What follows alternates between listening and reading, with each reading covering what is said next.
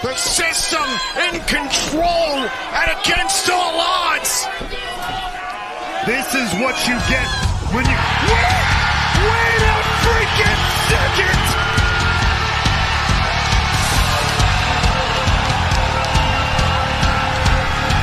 Jeff Hardy is here! Listen to the creatures! What in the broken hell? Jeff Hardy! The championship right there, but there's no official. And here comes another official. We got an official on the way!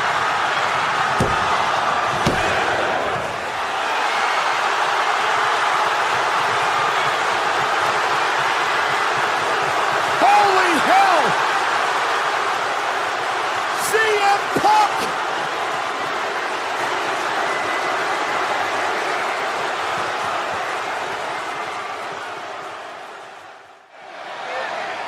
Yeah!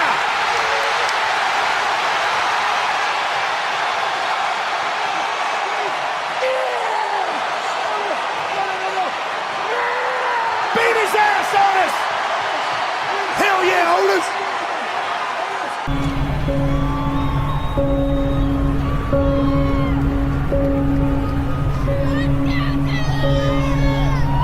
We're here!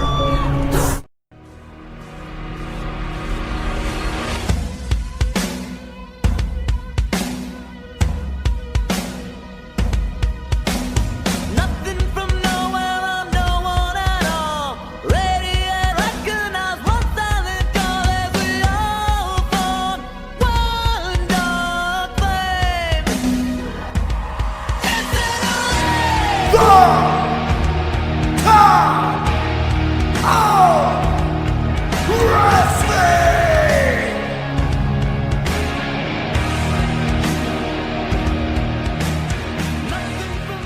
Good Wrestling Day!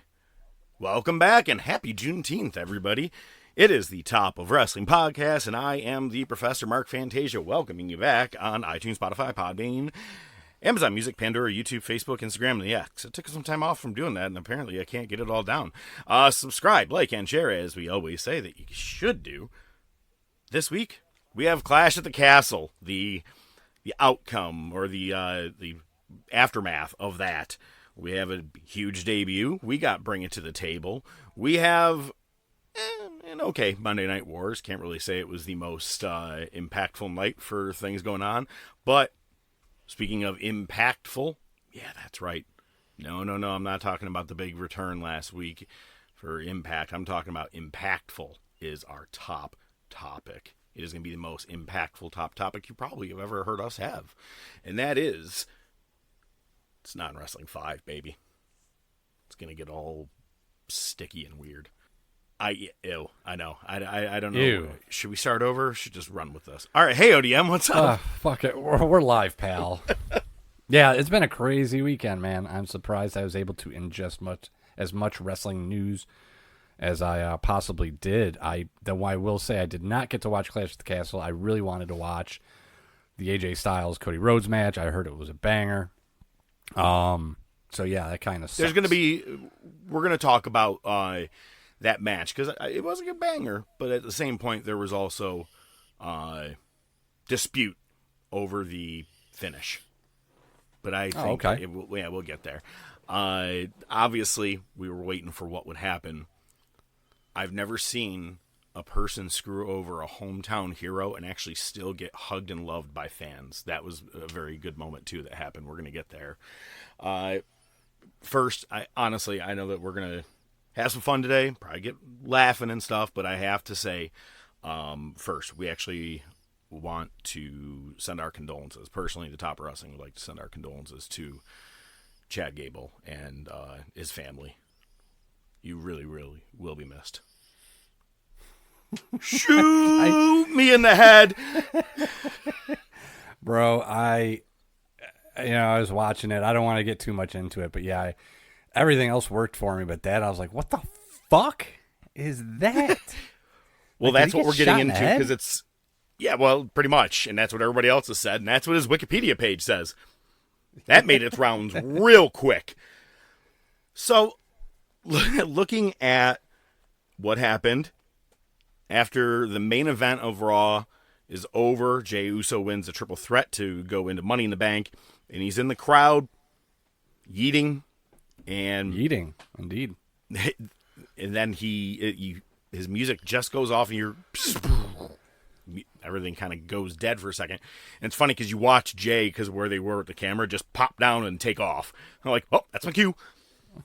And it starts with Nikki Cross, who is Sister Abigail, which Lil Jon and I went back and forth messaging about this earlier before recording, and glad that they didn't make Alexa Bliss your Sister Abigail, because she was there during the time as just Alexa Bliss when there was Sister Abigail and Bray and the Firefly Funhouse and all that crap. Anyway, first thing we see after her, which cool mask, I liked hers. Mm-hmm. She points towards the back, and you see bodies laying there on the ground. The guy on top, it took me a minute, was Carmelo Hayes. Ah, okay. Yep. And they pan up, and there is the rabbit mask, and it's Rowan. Eric Rowan is there with the Bludgeon Brothers hammer. Yep. Real sick. I mean, there's a lot of Easter eggs to that. And you know what? Before I even forget, just randomly, speaking of Bludgeon Brothers, did you happen to see that Luke Harper is getting his own shoe? Not Luke Harper, Brody Lee. Reebok signed with AEW to produce a shoe, but just like they did with the Young Bucks, but they're going to make one for Brody Lee. I'm like, why? Weird. Yeah. Because they're capitalizing off of his death. Here, would you like some Coke? Anyway, let's get back into this here. After that, to be honest with you, it was tough for me to tell who was who when it came to Joe Gacy and Dexter Lumis. Same here. When they showed that guy who was the one guy that was in Gorilla, the Gorilla thing was cool, okay? The fact that they go showing through Gorilla as of late, it's like, okay, it's cool, whatever. But destroying it is a different thing. Mm-hmm. That takes it to a different level. And I'm pretty sure I saw Triple H down somewhere. That's what I saw someone post as well. I couldn't catch it. The darkness was good. But it was also just a touch too much where you couldn't tell. The one guy I did see down was Braun Strowman. Yep, I saw that too. Yep. And then, but when that guy went inside the gorilla position, he was kind of standing on his feet, but crunched down, right? Right. So that's either Loomis or Gacy. I want to say that one might have been Loomis, and Gacy was the second one. I think the buzzard one was Loomis. The only reason I say that is the tattoos on his arm. Okay. So yeah, I think they both have tattoos, if I'm not mistaken. Well, the type of tattoo I think reminded me of Loomis. So that would have been Loomis, and in there, the one guy to the ground, or that was on the ground and had blood behind him on the wall. It looked like another gunshot almost. It looked like his brain splatter on the wall. But speaking of gun, it looked like the gun, Austin or Colton, whichever one it is, that has the longer hair that usually puts it up in like a ponytail or something. I go, well, I know it's not him, but that looked a hell of a lot like him. Maybe that's the reason we need to fucking do this lighting here. I'm wondering who's backstage. But then the fucking craziest one is as you're going through and you see the bodies. Chad Gable, yep, my logo of the week on my end over here for our call, shot in the head. Yo, he had a bad night. Right. And then obviously you see Bo. I didn't catch it. I had to see someone had wrote it online. I thought it was really cool. He wore Bray Wyatt's gloves. The gloves that he wore when he was the Fiend. You can tell by that's the ones he was wearing, which I thought was really, really fucking cool. Yep, definitely. Now, it's the Wyatt 6. There's 5. So rumor is the Lantern is Bray. Ah, okay. Because, I mean, you're saying Wyatt 6, but if he's Uncle Howdy, where's Wyatt? Maybe that's it? Like, he's still a member of the group? Could be, or it could just be Alexa Bliss. Hasn't shown up yet. I already don't want her in it now. unless she does something really different. I don't want her to do the same shit she did before. Yeah, same. You know, either way, It's an interesting I theory. was very weary about her. Or I'm sorry, not her. I was very weary about this whole thing. I was like, just pull the trigger, come on, get it done with these stupid little QR codes and all that. I'm like, we don't need to do it like that. I'm like, and when the lights went out and you saw the door, I go, are we just going to recreate Extreme Rules 2022? Mm-hmm. And it went to a fucking different level, one that I didn't think was happening. It's funny because you had messaged me, did you see it? I said, I fell asleep. I'm going to watch it right now. And then I wrote, what the fuck did I just watch? Especially with Chad Gable. I saw a lot of hate for it online. My only real complaint, aside from the mysterious gunshot wounds, was I wanted him to say run and then blow out the lantern. That's just me. We're here. That's just me. Exactly. So, I mean, that was just a me thing. Other than that, I loved it because I'm intrigued. I want to see what they do with this. Doesn't mean it's going to be good, but they got my attention. They've got me intrigued. I want to see how this plays out. And I loved it. That's what I was going to say. The piano, just that one note, just slowly repeating. Which, if you have played last year's game or this year, that's the theme song for Bray Wyatt in there. It doesn't have the old doom, doom, doom, doom. It's the actual, just that piano one. But the track for that has that ding, ding, like that, for like maybe about 10, 15 seconds. And then it goes in, doon, doon, doon, doon, it picks up. Gotcha, right. That was a very special version, is what I'm getting to. How it just hung on that one note the whole time. Because I go, oh, this is totally different than the real theme song. I'm like, they're making this extremely creepy. It looked like a fucking scary movie. The one note is very Halloween. Yeah. Oh, God. Very good stuff. I'm intrigued. You got my attention, like you just said. Now, I am going to quote Johnny Butabi, former member, or guy that was on the show here, wrestler out in California, who, you got my attention. You killed Triple H and Chad Gable and a bunch of others. But who's going to be the first to ruin it? Who's going to tweet? You know what I mean? Like, so is like Strowman going to tweet something today or tomorrow, or all of a sudden like Chad Gable goes, oh, I have a headache. You just, or is it just you play real kayfabe at least for this? If you look like you killed someone off, literally killed someone off on this show, run with it. Yeah. Gable resigned. He's not going anywhere. It would have been great if the re-signing didn't get exposed. Because if he had got shot in the head, everybody would be like, oh my God, he's going to AEW. Oh my God, he's gone. But he re-signed, so he's going to be back at some point, but they could have played into that. They could have done it to Ricochet. Yeah, well, instead they put him through a car window, and we had to watch Samantha Irvin cry less than she did when Cody Rhodes won the title. Yeah. Let's talk about Clash at the Castle. My plans changed. We were supposed to go out to a beach and stuff for the day, and then we found out that one of our favorite bands was playing 90 minutes away from us for the night, and I was like, shit, let's change. Let's do that. So I ended up being home for Clash at the Castle because it was at 11 a.m. Yeah, no problem. It's brunch. And decent show overall. I have some complaints, and it mainly is all about the women's match. Basically a tag team, not Bailey and Niven Drop. The fuck off. Piper Do. Ooh, Piper Do. We got a Piper Do down. Piper Do.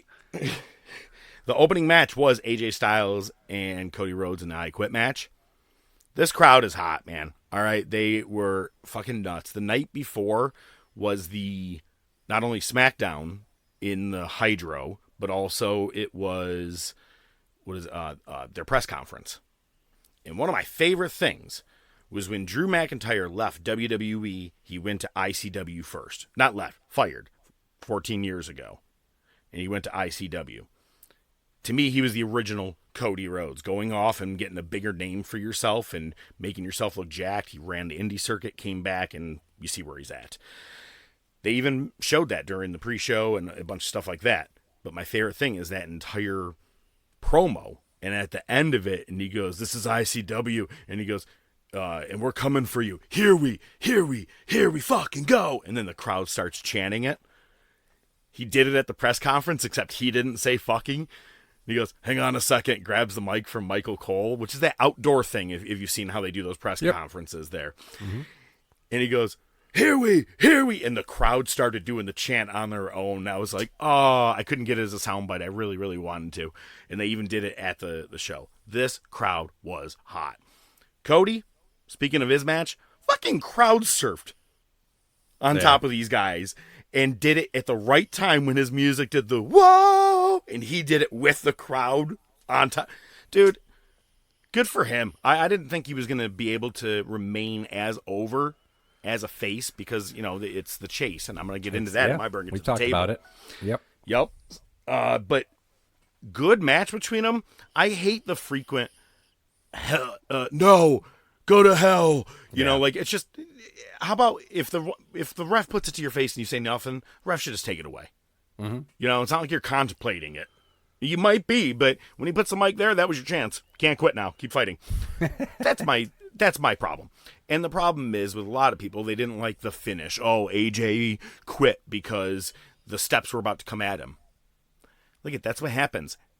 9 times out of 10 for an I Quit match, or actually 10 times out of 10, babyface goes over. You never see a babyface quit unless, like, I don't know, you're about to kill his wife or some shit. I'm not sure if that was like an actual angle, but I'm sure they probably have. The only thing that I can think of is the War Games where Mongo quit. And that wasn't an I Quit match. It was a War Games match. And that's because they were going to hurt But you had to quit.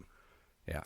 Correct. Actually, same with Proud and Powerful, so that Jericho wouldn't be tossed off the blood and guts there, right? Same kind of thing. So it doesn't really happen often where the faces do it, but in the right circumstance. But you knew Cody was going over. Yeah. AJ was handcuffed against the rope with one hand only to block. Going at him with the steel steps after already beating the fuck out of him in multiple ways, I actually like the ending. I got no problem with it. You knew he was going to quit. What'd you want him to do? Like you had to get him in a submission move for him to do it? If you wanted to do that, you could have, but this is what you have to do to get someone to say, I quit. I hated that Mama Rose was there. She was in the crowd. She smacked the shit out of AJ 3 times, but it was funny because she goes, bullshit, you're bullshit, like right on the camera multiple times, but then kept doing like the talky hand thing like this, blah, blah, blah. All you do is talk, AJ. And then he grabbed the chair and walked over to her like he was going to hit her with it, which I was like, do it. Come on. Be mega heat. Overall, I thought it was a pretty decent match. Cody got color like early, and it was planned color. AJ's wasn't. AJ went to, oh my God, I goddamn hate this, by the way. Wrestlers, I've said this to all of the show before.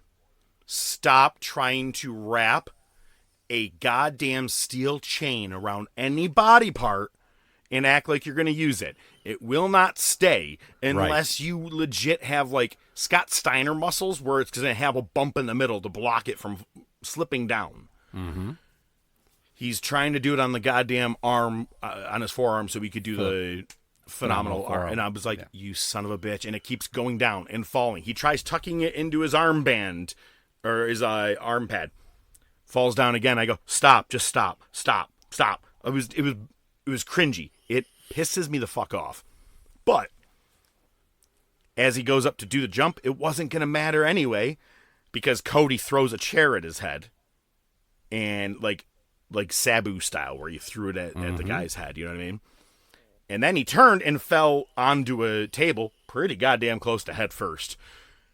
When AJ was bleeding over his eye, it's funny because, all right, so he was bleeding for about maybe 5 minutes, match ends.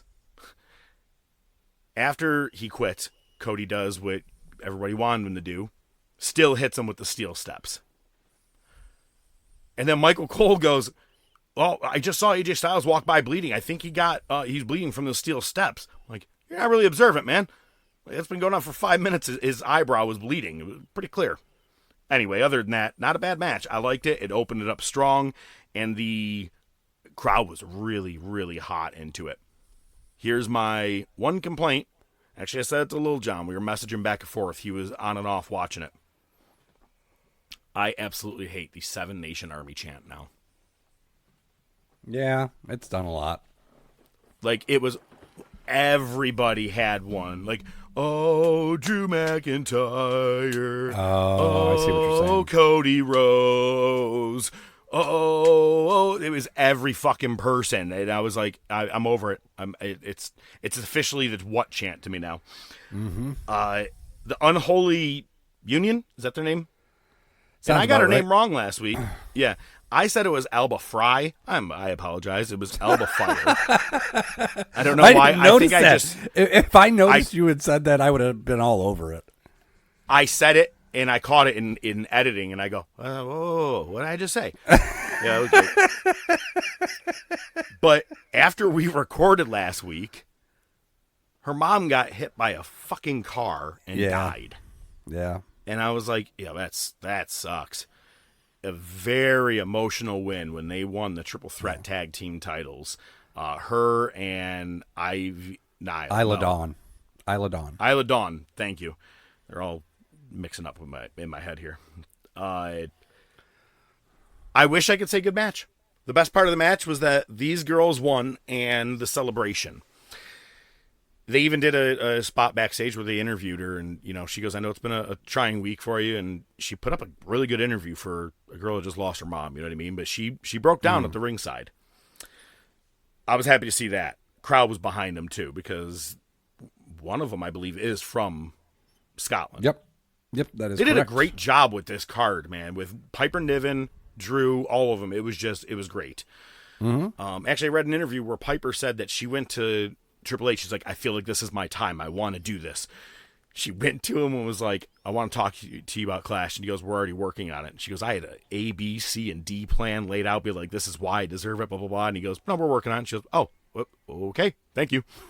Which is like, that means he's doing smart business. He's thinking, okay, what's going to be a huge draw or a big hit with the fans? And these overseas shows have been fantastic with the crowds. Oh, yeah, they broke another record. Yeah. They did the noise meter for when Drew McIntyre came out. I think they did it for Sami Zayn when they did Elimination Chamber. I might be mistaken. But either way, this match fell apart in so many goddamn ways. And mainly because of just Jade Cargill. Green as fuck. She should have hit NXT developmental. All the girls that you just brought up anyway, I'm actually kind of now wondering why you never put her in NXT. Less fans to fuck up in front of and less viewers watching. It started when she went to go jump off the rope, and apparently now they're saying that the rope was loose, and that's why there was a lot of botches, including one in the main event, which I don't call botch. AJ's was maybe somewhat of one. Jade, no. Jade missed. And then, I feel so bad for Shayna Baszler. Her back took like 4 unprovoked hits, like ways that shouldn't have been hit. You know what I'm saying? Mm-hmm. Bianca jumped off the top rope and landed her shins right on her back, and it was bad. It was rough. And it's funny because people are blaming. They're like, see, now everybody's so hard on Jade because look at that. It was the rope. No, because the rope didn't make her tap out. This bitch tapped. And if you've seen it, if you haven't seen it, you need to watch this. This was hysterical. I believe it was Shayna Baszler was choking her out. You know what I mean? Like, kind of like, but they were standing, but in a headlock. And she is like just tapping on her over and over. And I was like, is she tapping? And to the credit of the announcers, it's kind of like if you're the ref, if you see the pin and it goes through and they didn't get up, you got to do it. You got to do what you have to do. It was clear as day. The refs, they go, or I'm sorry, not the refs. The commentators go, she's tapping. Corey Gray goes, she is legitimate tapping right now. The ref's not seeing it. I'm like, well, at least they're calling it out. She's not meaning to. And then the ref is a female. It's the one that refed Roman Cody. And you literally hear her say, if you turn it up enough, she goes, stop. I heard her say stop because she kept putting her hand there, and I go, she literally just told her to stop tapping. I was dying watching this shit. I go, oh my God, she's horrible. She's so fucking bad. You couldn't hide it forever, man. You're doing the same 6 moves over and over. Eventually, it's going to come out what you are capable of and really what your weaknesses are, and she really should have hit developmental, but they lost the tag team titles, which is nice, so maybe that's a way to, I don't goddamn know what. They're Get probably her back down to NXT quick. You know what they should do is just fast track it right now. Loser leaves town match between Bianca Belair and Jade Cargill. They're pissed that they lost the they're pissed at the lost title. You leave town and go to NXT. Sami Zayn ended up retaining over Chad Gable, which pissed me off. I thought this was the night. Good match. And the crowd was really, really pro Sami. One thing they did is they stuck for almost every match, minus Drew McIntyre being really a heel. They stuck to your real baby faces, your real heels, with how you were cheering.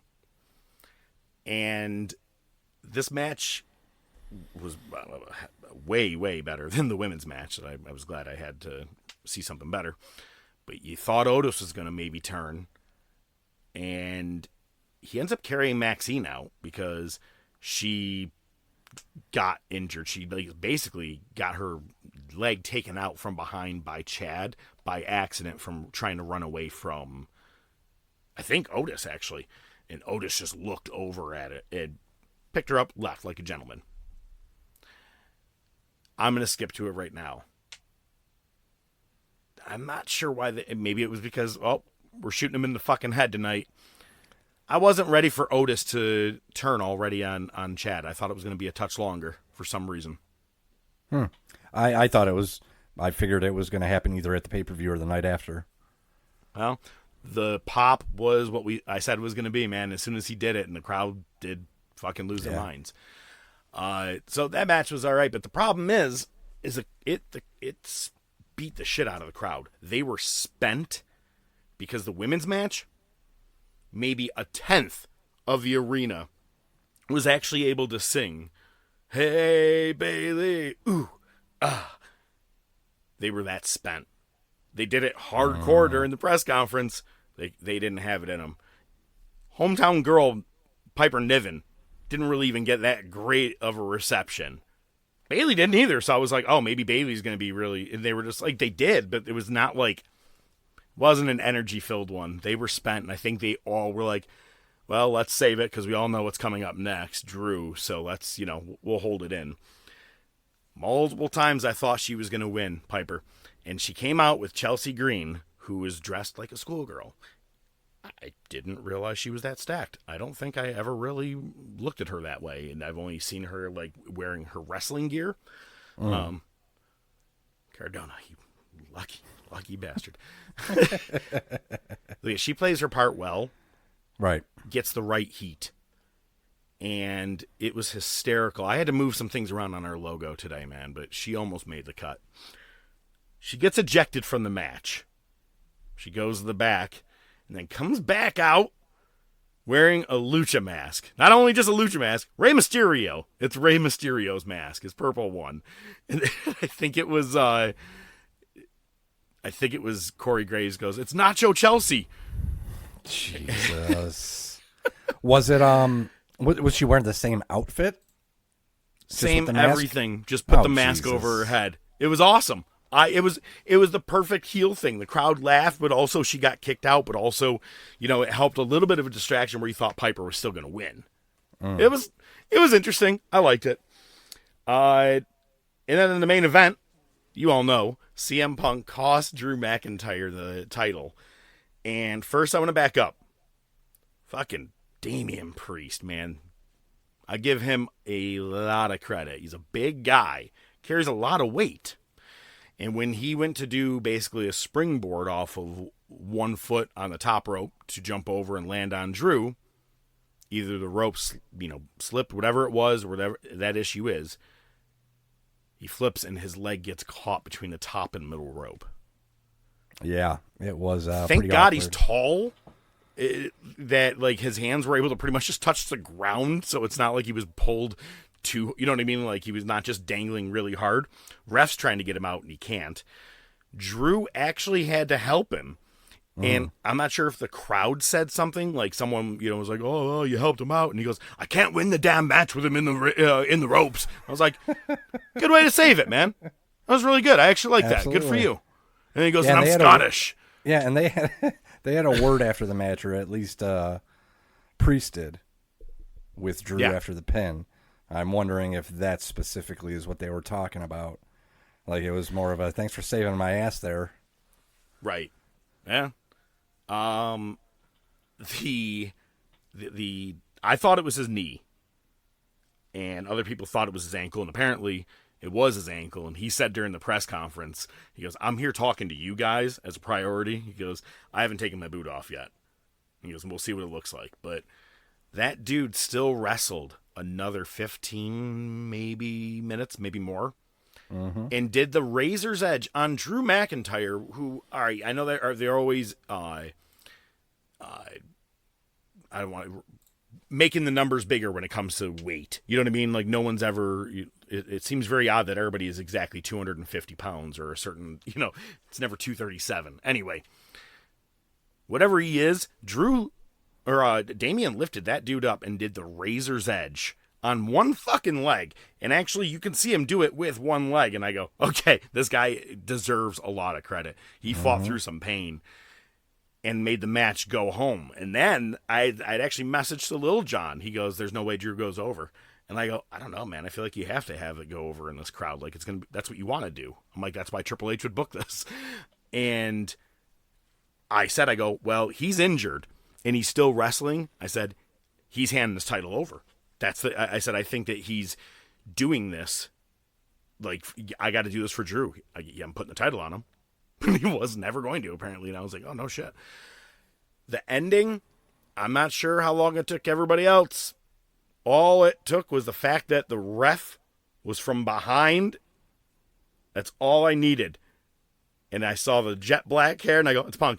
It took way too long for the crowd to figure it out, for the announcers to call it, which is fine, obviously. You play to it until the camera actually gets the shot. I wasn't expecting that. That was not how I thought it was going to happen. I thought maybe his music would hit or whatever. Have you seen the backstage video of him asking that female referee, "Jessica, can I get your shirt?" He goes, "Yeah, just give me that one you're wearing." She's like, I know. "No, I'll give you one." He's like, "No, I don't care. Just give me one." Am I going to get it back? Yeah, you're getting it back. I thought it was pretty cool. I liked the whole segment, all of it. And it's great because he went out into the crowd and celebrated, and like fans were all like, "Oh yeah, it's CM Punk, baby!" Except the one. Oh man! Oh, that one guy, the stare. Double birds. Yep. Just double birds Punk right in his face. It was great. Well, no. Oh, there was another one that just gave him a death stare. Like just looked at him like right in the eyes and just stared at him.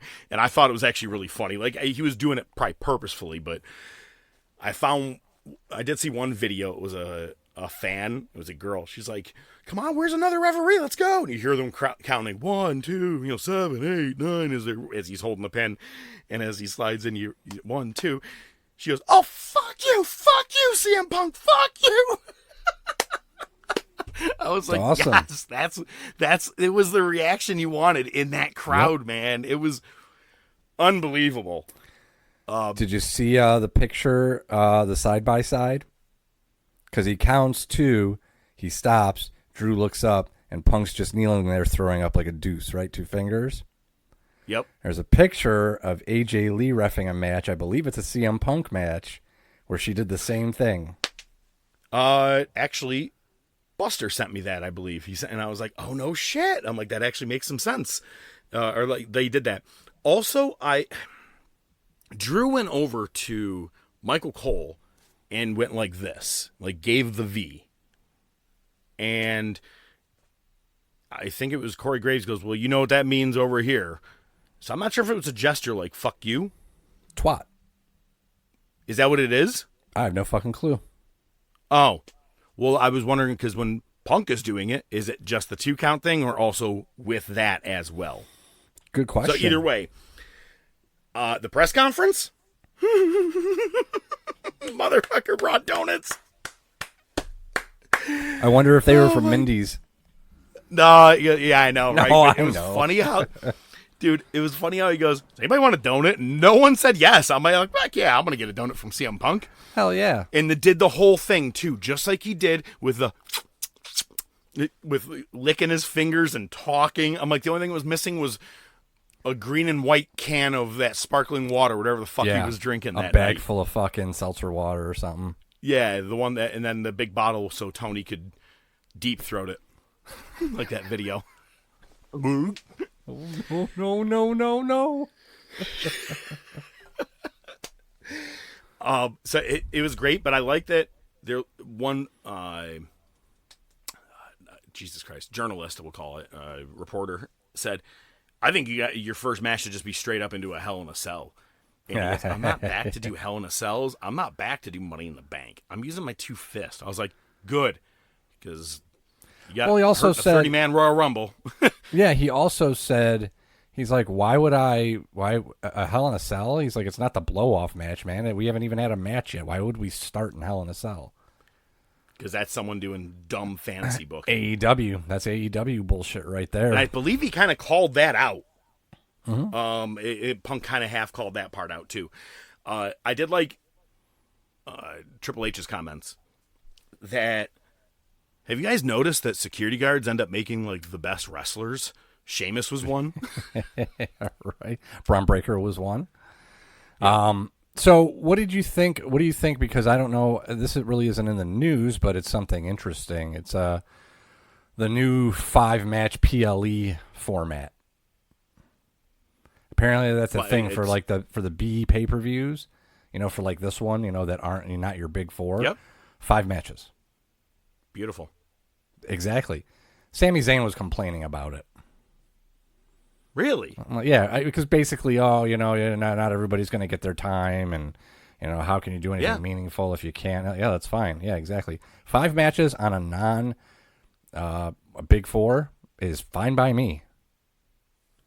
I mean, SummerSlam had what, like 7 or 8? Some of your other shows, have more. Survivor Series has a lot. Those tend to be like 4 hours long. This is a 3-hour show. They get these done within 3 hours. This shit was done before the 3-hour mark. Yeah. You know what I'm saying? Like, so it was perfectly done. No, I don't believe you should have any more than that. I mean, if you had to put a 6th in there, maybe, but I think 5 Pre-show is a nice, perfect number. Absolutely. Yeah, there you go. 100% agree. And I love, I'm just going to keep running with this Punk shit. He's still blurring the lines. He referenced Brawl Out with the donuts in some of his comments. A lot of people are pissing and moaning. Oh my God, how could even fucking douchebag Dave is sitting there saying any other booker would have been chastised for continue doing this with these wonky finishes. I'm like, bro, look, this is the story. What? This is the fucking story. And they even finished it on Raw. I won't go there yet, but that, and it even leads into Wade Barrett going on a rant on the post show saying, fuck this dude, he should be fired, get rid of him. There's history there, too. Wade Barrett could come back in the ring. Triple H should be ashamed of himself for bringing him back. And you're saying the history. If you guys don't remember, the Nexus was taken over by CM Punk. And oh my God, it was such a, if you remember, Wade Barrett, I think, was in a steel cage match, and Punk was supposed to help him, and he ends up taking his Nexus armband off of him, and the guys jumped him, he's out. But what if we reform the Nexus in some ways? This could be a great way. If Barrett doesn't wrestle, if he's not going to, one hell of a fucking mouthpiece. You already have a lot of commentators all over the place. Shift some people around if you really need to. No reason he can't reform a little bit of Nexus. Heath Slater's a free agent. I'm just saying. So is Jinder Mahal. Oh, no, that's they just got rid of him. who's well, he was never in the Nexus. Yeah, one man Let's see. band. Yeah. Heath, David Otunga, Jesus. Oh no. Oh, No, Ryback. There we go. Let's get Ryback back. No. Danielson.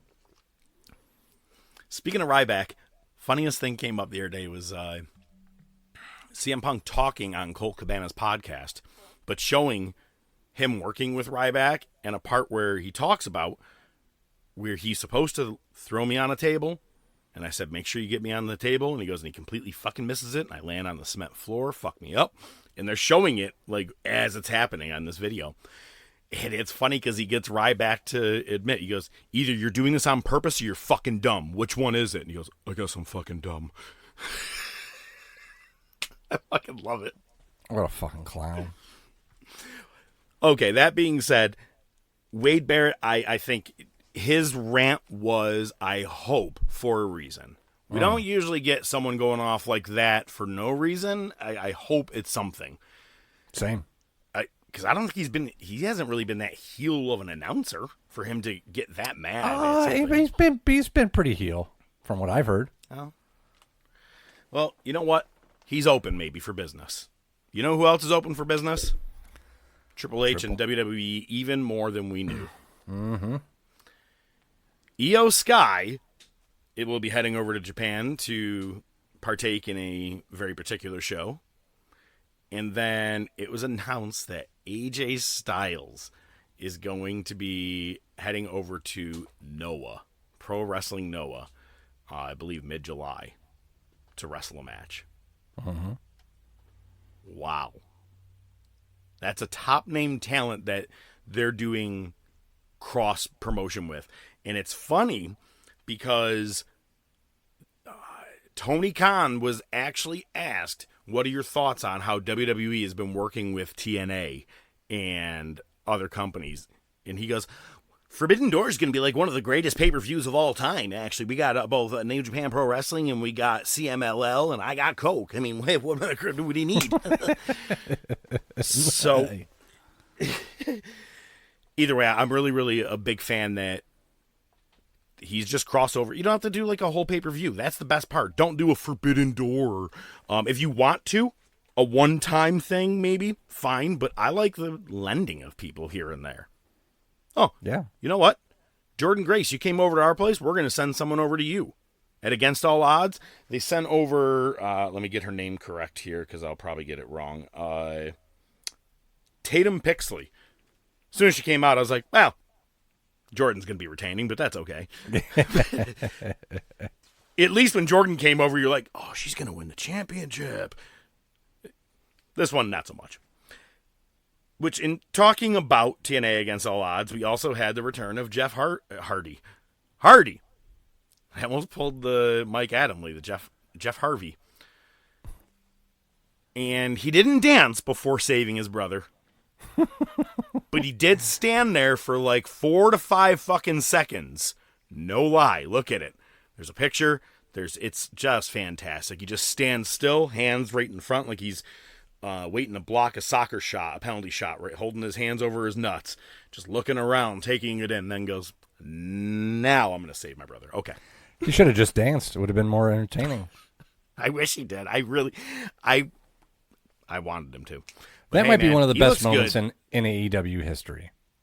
Oh, it's one of my favorite of all time.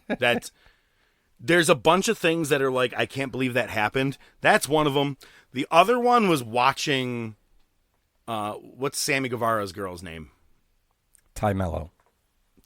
Watching her try to unlock the padlock and she couldn't, so everybody just walked through the cage? Yeah. Through the bars? That kind of rivals it. That was a good moment. Oh, that was great. It was like some fucking Andy Griffith shit where someone like just walked themselves in and out. It was like My Blue Heaven. Oh my God, that's what it reminds me of. Oh, I don't like the toilet in here, so I actually go use theirs. Thanks again. But, all right, so he returned, and there's a great picture of the Hardys. Nick Nemeth. I think Ryan Nemeth might have been a part of it as well. Yes, he was. Joe Hendry, and a couple other people. Man, they're not fucking around over there right now. They have a really decent roster. And it's funny how you said, WWE maybe buys TNA or something like that, or turns it into something. And there's options, man. But right now, they are at least picking up some pretty good names. But the Hardys are both free agents, man. Which, last night, there was a 25-man over-the-top rope battle royal. Winner is going to get to take on Whoop That Trick Williams for the NXT title. And Matt Hardy made a comment. He said, once I win this TNA title this weekend, I'm going to maybe I'll be coming for the NXT title. Both guys are free agents, man. I wonder if Triple H would let someone come in as a free agent just to have him come into NXT for a night. Maybe him or Jeff, one or something like that. Yeah. I mean, at this point, if you're gonna sign them like to a full-time contract, they need to be jobbers at this point. Yeah, I don't know what you do with them. I think their last run, where they came back, won the titles at 33, even that felt really stale within like 2 months. Oh, yeah. It was a one-night pop. That was it. It was a nostalgia pop. It was an awesome moment. It's one of the best WrestleMania moments in recent history, in my opinion. But that's the problem. It was just a moment. There was nothing else behind it. I think I'd actually be okay if maybe they just went over there, did one match. A one-off, and say, our plan is to retire as a tag team. We're here to do that. And they just put over one team and deuces. There you go. It was TNA Against All Odds actually wasn't that bad of a show. But, going back into other parts of notes, WWE is trademarked for the name Tala Tonga. I guess that's probably what we're going to be calling Hikuleo. I think it's because he's taller than the rest of them. Jokes. So I think New Japan may have spoiled a upcoming match for Forbidden Door. They always announce all the they announce all the participants for the G1 Climax coming up. Mm-hmm. And every year, one participant in particular is your world champion. Because if you happen to beat the world champion during that tournament, put you in line for something, or just, whatever the case is. Mm-hmm. Jon Moxley is not in the list at all. Actually, the only AEW star that's in there is Konosuke. Which, finally, we'll get to see him have a couple of good matches, and that's, I know, right? No thanks to, anywhere else. But Moxley, Naito's in it. Naito is taking on Moxley at Forbidden Door, so I wonder if that was basically spoiled, which I hope so. Because this is one of the worst New Japan title runs. No one's happy about it. All you see is New Japan people bitching about it. Jeff Cobb is like, "Oh, go fuck yourselves." Yeah, no, I like that Jeff Cobb did because, again, we talked about it. He was one of the guys that got wasted in AEW, who got jobbed out to Jon Moxley. Yeah, I hope Naito wins the title back and it stays in New Japan forever and never comes back to AEW. You can dream anyway, right? Speaking of dreaming, last week we recorded it just a touch, too early.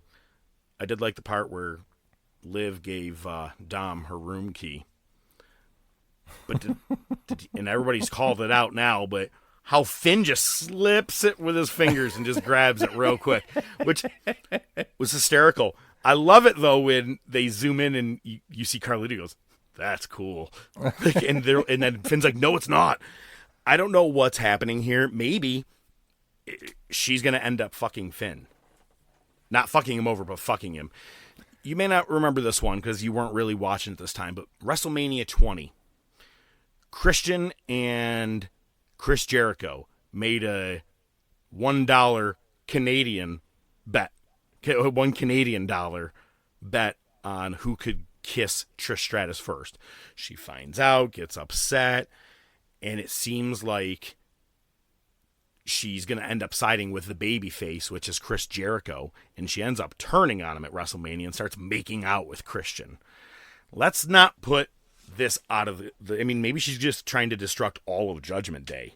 Not just, fuck Rhea over on her title and her man, but also take apart Judgment Day as well. I don't know. They're all feuding with one guy right now, Braun. But speaking of, he's dead. He's dead too, yeah. So it'll be interesting. What if they get Which I like, reincarnated Bronson. and join the group? Oh my god. That's what happens when you die, you become one of us. Bronson Reed actually put out a really nice tweet. He said, well, does this mean I get a bye next week? Because he's in a triple threat match against Braun Strowman and Chad Gable. Wrestling. Kayfabe, pal. But NXT last week, they had that PLE. God damn it. Sexy Red. What? Go ahead. The PLE? Go ahead. No. Just Sexy Red in general. I'll save my old man rant. Okay. Sexy Red was arrested for getting in a scuffle at the airport before this PLE. Was bailed out in time and went and performed at this thing. I mean, she was really only there as what, like a host? I don't think she wrestled or anything. No. Yeah. May I? Please? First off, who the fuck is Sexy Red and why is she relevant? I don't know. I really don't know. I think she may have been like a rapper or some shit. 2, she is the furthest thing from sexy. It looks like if you look. Remember I said if you look at Chastity too long, you're gonna get the clap. You look at this broad for 2 seconds, feels like you got every STD that exists and some that we've never heard of twice. Okay, She looks like she's sisters with Felicia from Friday. Yeah, for those of you who are not aware, she is black. She looks like the biggest piece of white trailer trash on the face of the earth. She looks like a face of Walmart. And to back all this up, as if getting arrested at the airport wasn't enough, she tweeted a picture of her with Shawn Michaels.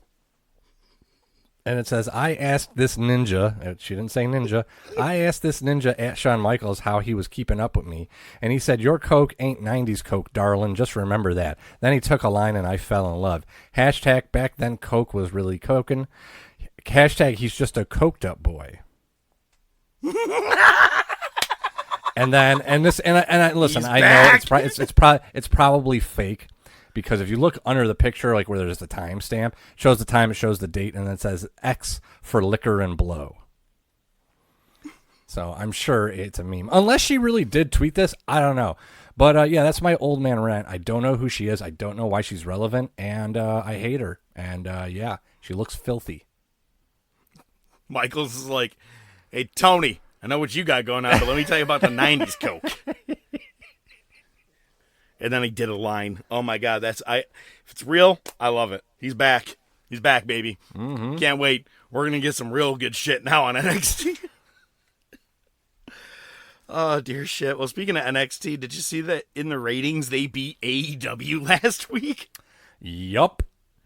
Cody Rhodes was on NXT, and it wasn't even announced. He just happened to go there, so it's not like people were tuning in because of it.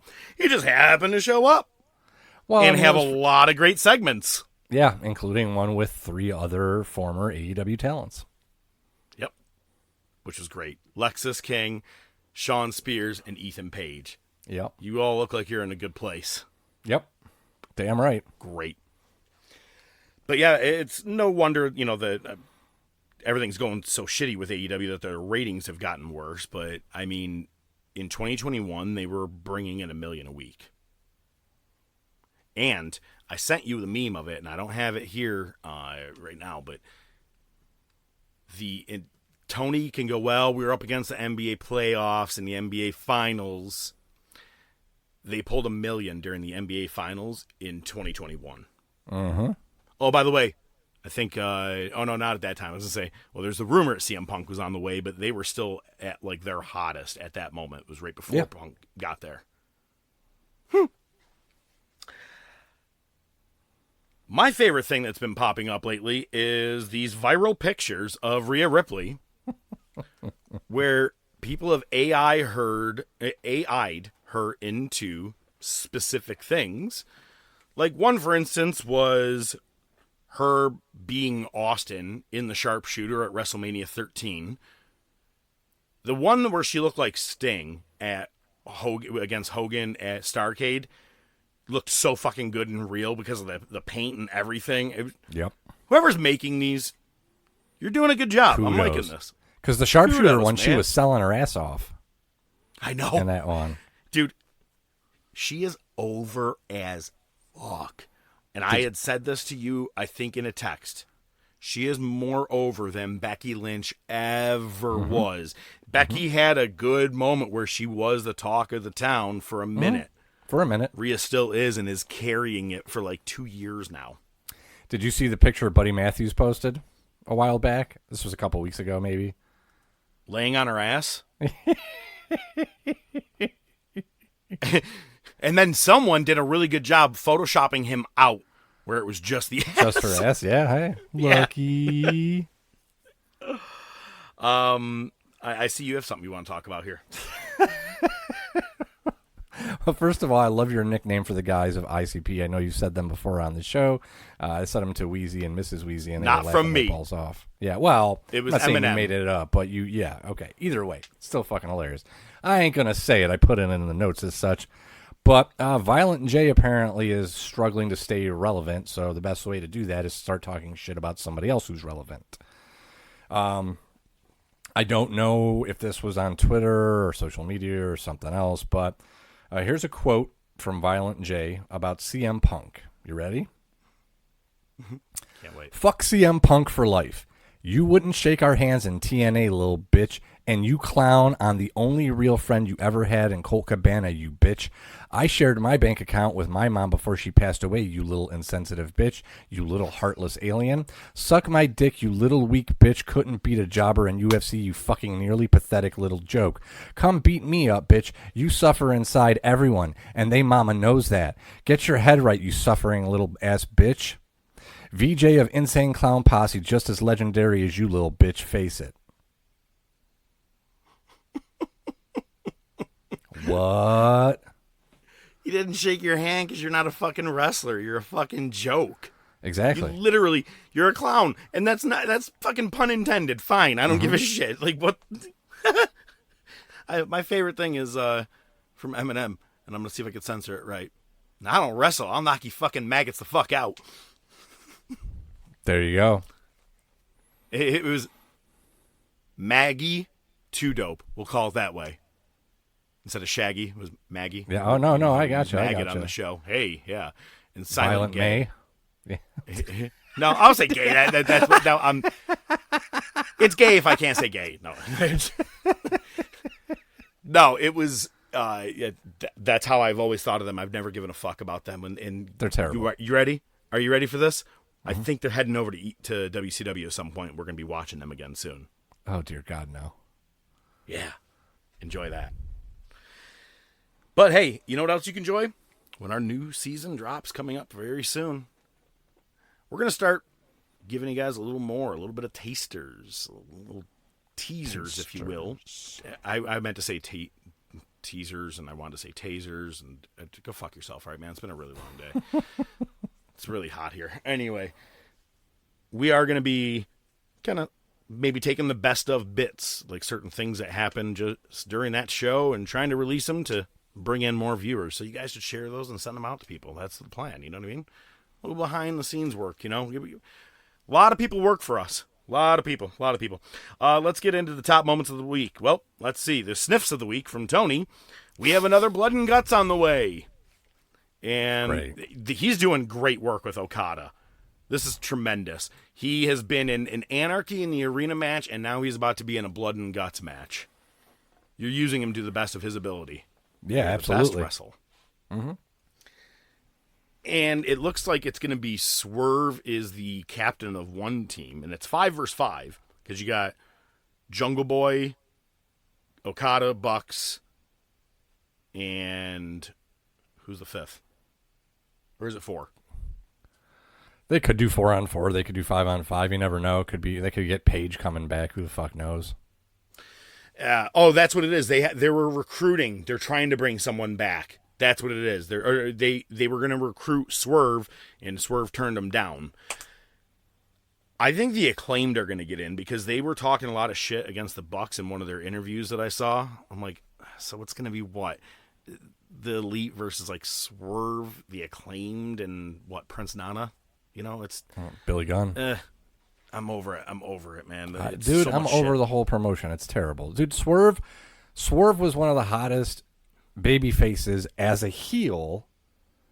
They waited too long to put the title on him. Now he's officially a face and has the title, and they're killing him. They're killing him a slow death. You know what? I'm not sure if it's his plan, or if it's someone in the back like Tony, but I noticed it during his Double or Nothing match with Christian, and I've noticed it with every match that he has. His stomp that he does where he lands on your chest when he's on the top rope. Yep. Every wrestler who is the recipient, stop waiting for it. Like they're literally prop their hands up on the mat Bracing behind for it. Bracing and waiting like, okay, I'm ready. But it's an inevitable thing.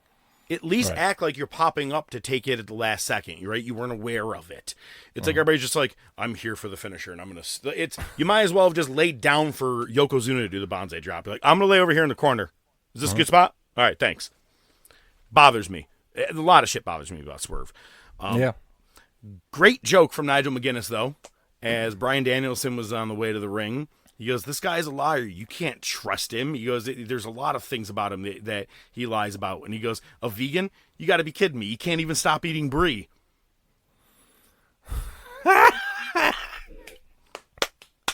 That's awesome. That's our zinger Nigel's of the week. great. Yeah, Yeah. that was fantastic. That was fantastic. It was really, really good. I was happy with that one.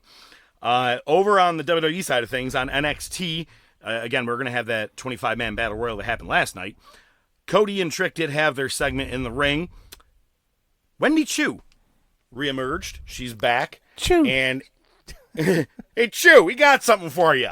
It's the same kind of gimmick where she's like, just, not same gimmick, I'm sorry. She's dressed the same, like she's wearing all of her old pajamas, but now a darker gimmick where she just has black eye makeup and she looks like she's dead. Okay. I'll be okay with it. I didn't have too much invested in her at the time. Same. Seth Rollins returns and faces off with Damian Priest. Okay. Yeah, no, definitely. You know, I kind of was sick of Rollins, but you kind of got to think they're just going to put the title on Rollins, right? Nah. No. You don't think so? I mean, if you want to, the only way I would see doing that is that if somehow it fast tracks him into a storyline with Drew and Punk, right? Yeah. If not, then it doesn't make sense. Leave Priest with the championship for right now. I think he should be the one to face Gunther at SummerSlam. I think it would actually be a pretty decent match. Heel versus heel? Yeah, why not? Crowd's going to be face as soon as, or Gunther's going to be face as soon as the ref hits 3. Crowd's going to go nuts for him. Doesn't matter who's facing that match. Yeah. Unless, if you want to just pass it to Rollins for him to paper champion it over to Gunther, fine. I don't like it. Drew McIntyre quit, walked out on Raw. I liked it. Good segment. Pierce following him out, Triple H stopping him. No avail. It was awesome. Yep. And I kind of wonder. So Punk wasn't on Raw, and he is going to be in Chicago this Friday on SmackDown. He said he's going to give a report on his tricep. Wouldn't put it out of Drew to show up in Chicago and take him out the way that, especially if he goes, I'm clear right now. Bam! Takes him out right there. And work the tricep. Work the arm. God. Yep. Wait, he calls it his bionic elbow now. That works too. A little Dusty Rock shout out right there. Yep. Again, we talked about Otis turned on Chad Gable finally. Great pop. Jey Uso was the first one to get into the Money in the Bank. And now, this popped up in my head, and I was like, you know what else sucked about the show that we lost a couple of weeks ago? Is I made a goddamn claim. And I was like, God damn it, it's going to happen before I get a chance to actually say it again. And it hasn't happened yet.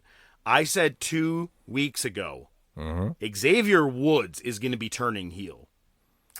He will turn heel on Kofi. Yes. I don't think it'll be Kofi. Because Karrion Kross has been talking to Kofi. Right. In his most recent promo, he said, I'll take on either one of you next week, one-on-one. I'll keep AOP and everybody in the back. and he goes, Kofi, I hope it's you, and you keep Woods in the back, right where he belongs, or something like that. And then when Kofi accepted it, he also cut Woods off at one point while talking, and if you look, Woods had just this tiny little glimpse in his eye that he just had something, and I was like, I gotta hurry up and say this on the recording. Yeah. I think it would be great for Xavier Woods to go heel. I think Kofi would get probably a lot of boos from the kids. You know what I mean? It would be a solid boo. But I think Xavier could probably do a better job as a heel. I would think so. I agree with you. It's hard to see Kofi as a heel. I could see Xavier Woods as a heel. I'm not saying he's going to, be one of the top heels in wrestling, but I think it'd be easier to buy. The only way I would see Kofi as a heel is if he did like day one-ish Usos, like the Uso Penitentiary kind of style. If he came out and was just raw and acting pissed off like that, whatever the case is, fine. But other than that, I don't think he could sell it. I think Xavier could talk great on a mic, and especially as a heel. So I think he would do a good job. We've seen him as a heel when the New Day first began, but also he was a heel in TNA a couple of times too. So I think that would be my guess. Hopefully that's what happens on Raw coming up. So, but there is one more thing about Raw that I want to talk about, and I know we kind of referenced it. It was the Liv Morgan segments. She's interfering. She's still wooing Dominic. She stole Dominic's jacket or vest. Came out during a match, caused a distraction. Came out later, and then at the end, she's standing in a back hallway, and Dom's like, "What? Just can I have my vest back, please?" It's like a fucking third grader getting annoyed with the girl that keeps bugging him, but it's because she likes him. And he's like, "Well, you're gonna have to take it off of me," and she's like, "Here, I'll get you started." Like, whew. So she's like zips it a little bit away, and he's like, "Fuck, I actually got to do this." And so he slowly grabs the zipper and he starts. And then Damian Priest comes walking around the corner, and he just looks over. He's like, "Ah, shit." It was awesome. It was so good. Oh my god. It gets, dude, when she landed on him outside the ring, the Bliss Orton thing. She was, yeah, but except this one, she was like moving a bit too. And I was like, how is Dom's wife okay with this? All the stuff that he does? You know what I mean? Like, secure, very good. But 2 speeds.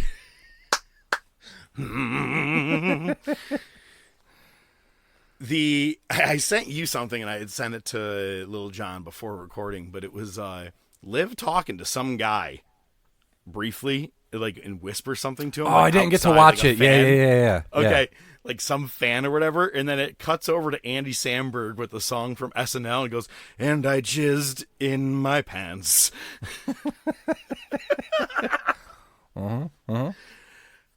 Probably a true story. Yeah. Well, I need a break. Let's go to the table. Is there jizz on it? Yeah.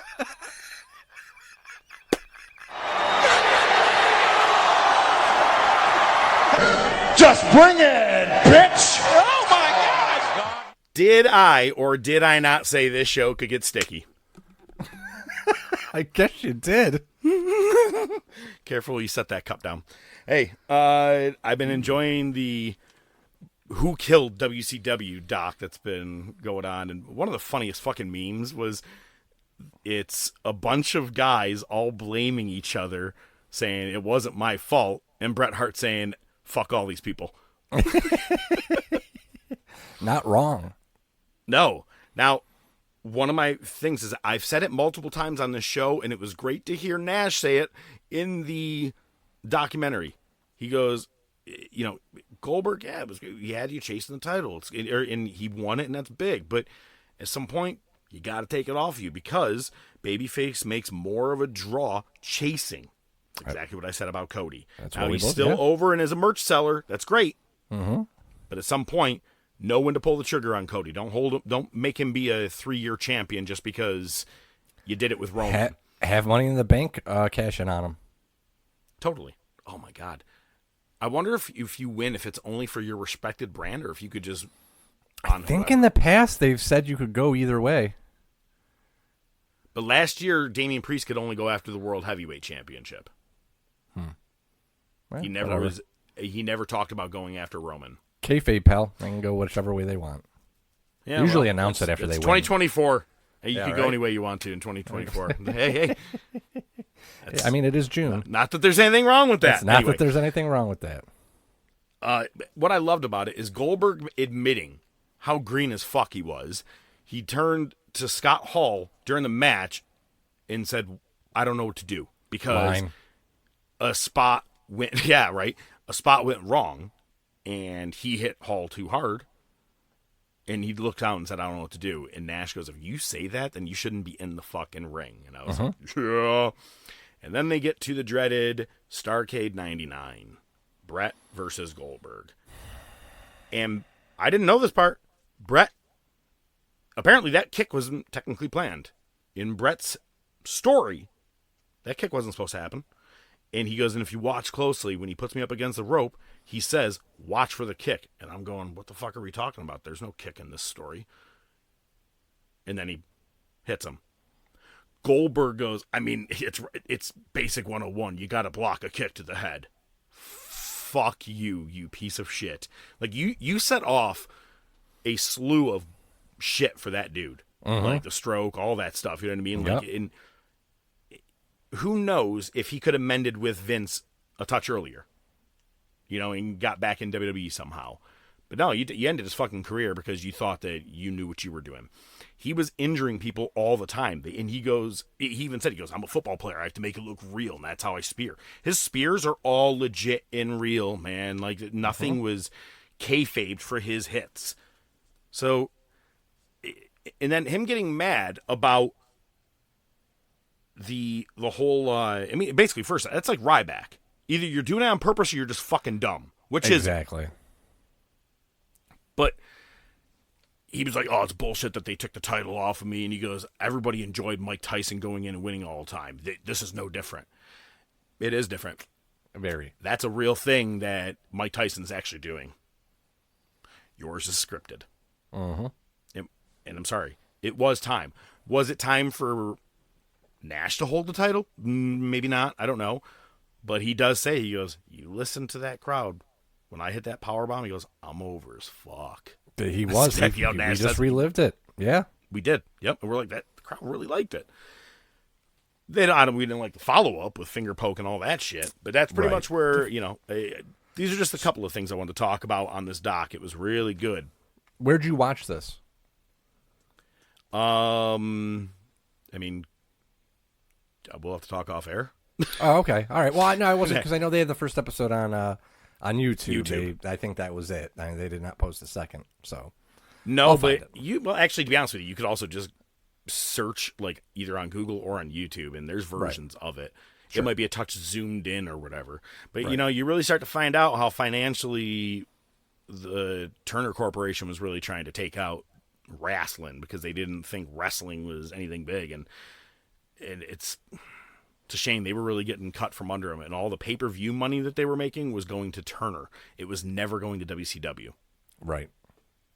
And you find out in this, and I didn't know this, to be honest with you, they accused Eric of basically like embezzling the money, like when he would sign someone for an absurd amount of money or whatever, because you know, he's even said, I could spend a billionaire's money, and everybody was getting really ridiculous guaranteed contracts, like millions of dollars. He was accused of then being like, here, we're going to get you $5 million, but I'm going to put it in for $6 million, and I'll take the $1 million. And he goes, and they found out that it was absolutely not fucking true. And he goes, and from there, I never trust him again. I feel for Eric in this thing, man. Yeah, I mean, here's the thing. He may not have known shit about wrestling, but he was, you know, charming, convincing, and capable in certain aspects of his job role. I mean, that's for damn sure. A very clever guy. But, you know, in way over his head, and he ended up just becoming the kiss ass for fucking Hogan. So that didn't help matters. But, yeah, that's the one aspect that doesn't get talked a lot about is Ted Turner wanted a wrestling company. He wanted to compete with Vince. None of his subordinates, none of the directors, none of the board members at TNT wanted it. And they knew that they could fucking do whatever they wanted without Turner really fighting them much. It was a weird thing. The weird scenario. Yeah. And it's funny because you're a television network. He's bringing in ratings like ridiculousness. You know what I mean? Yeah. Like that. unheard of numbers. No matter what you would Millions. fill that slot with. Yeah. You're never, unless it was a one sport in the world only goes there. Let's say basketball is only home on TNT from here on out forever. Fine, you're going to maybe pull that in. But he was pulling in money for you guys. Yep. I don't get it. But he was also spending a lot of stupid money. There's that too. You watch that Wrestling with Shadows and you hear the money that Brett was offered. He was getting like $50 million to jump over to WCW. Anyway. Yeah. Well, before we hit the wars, what do you got this week, man? Well, I don't know, because I was shit-faced when I typed my notes into OneNote, and I can't read them right now. It says Punk MKF beat Promon. I don't know what that means. Was it ICP? Funny story was at Wheezy's, and we were talking about shit, and I just started typing stuff into OneNote, and I was on my phone. I have OneNote, but it syncs in the cloud. So when I got home and got on my computer, I pulled it up to start, taking my notes for the wars. And I look at it, I go, what the fuck is this? Bro, so I cannot tell you the number of times that I have done that when you had a bourbon or two, and I'm like, I got to remember this tomorrow. And I'm like, what is go pick up Schloppengach? Yeah, you know that meme where it says one beer and it's actually a picture of two, and a couple beers it's actually a picture of four, and a few beers is like 8. I had a few beers, but no, basically this is just nonsense. It's nothing new. It's nothing I haven't said before, but it's just something we were talking about. I was with Wheezy. We were talking about Clash at the Castle. We were talking about a bunch of different shit, and then we were actually talking a lot about Punk. He was a big fan of Punk's post conference, the run and all that shit, So we were just popping about that, and I go, bro, I got to tell you right now, I'll play this for you. I go, I think, honestly, I'm going to give AEW their flowers. But it's nothing that Tony did. It's nothing that anybody on AEW television did. It's something that the two guys in the ring did, and nobody else could have taken their places. And honestly, it's got to be one of the best promos of the modern era, and it's the Punk MJF promo where they just go back and forth. It's got to be one of the best promos of the modern era. I just rewatched it not too long ago myself. It's like 18, 19 minutes long, and the whole Punky Brewster and PG Punk. Hey, I can see you, buddy. Oh, my God. It's the King of the Kings or the I Can't See You Man? I can't see you, man. Great promo. So, oh my God. Yeah, it's just, again, it's one of the best promos of the modern era. And again, it's not because of Tony. It's not because of AEW. It's because of the two guys that pulled it off. That's it. You know what that kind of followed up with was a really good one was Punk and Cody this year. Earlier this year, remember, we're like, oh, they're going to be taking shots at AEW. And they never did and didn't need to.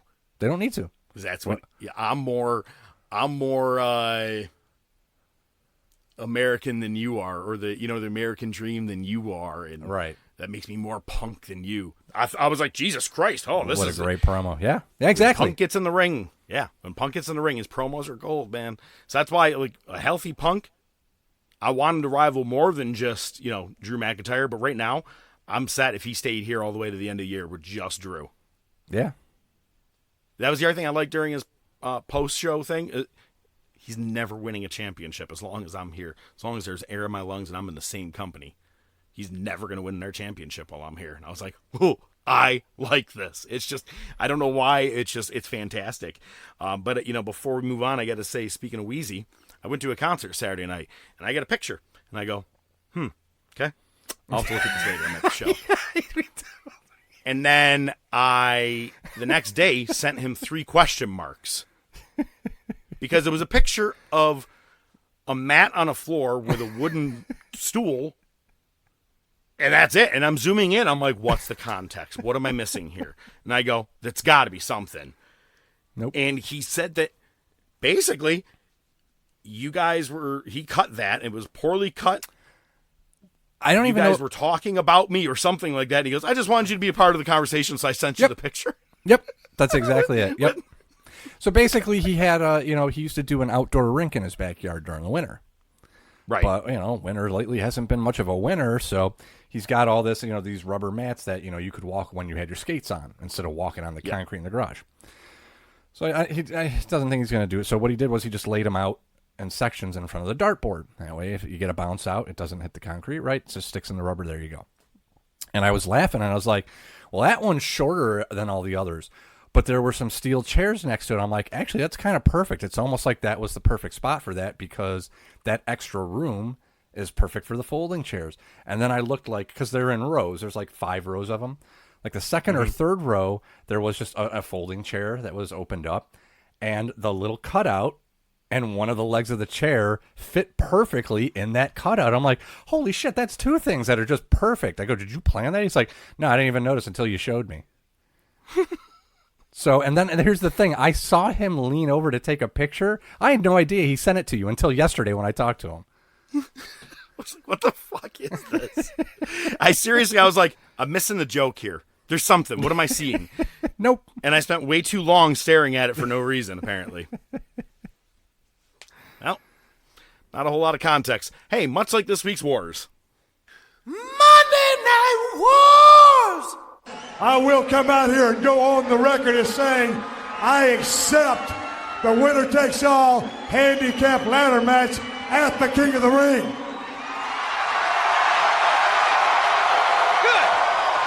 I would also like to go on record as saying, as that you and the boy wonder there, Shane,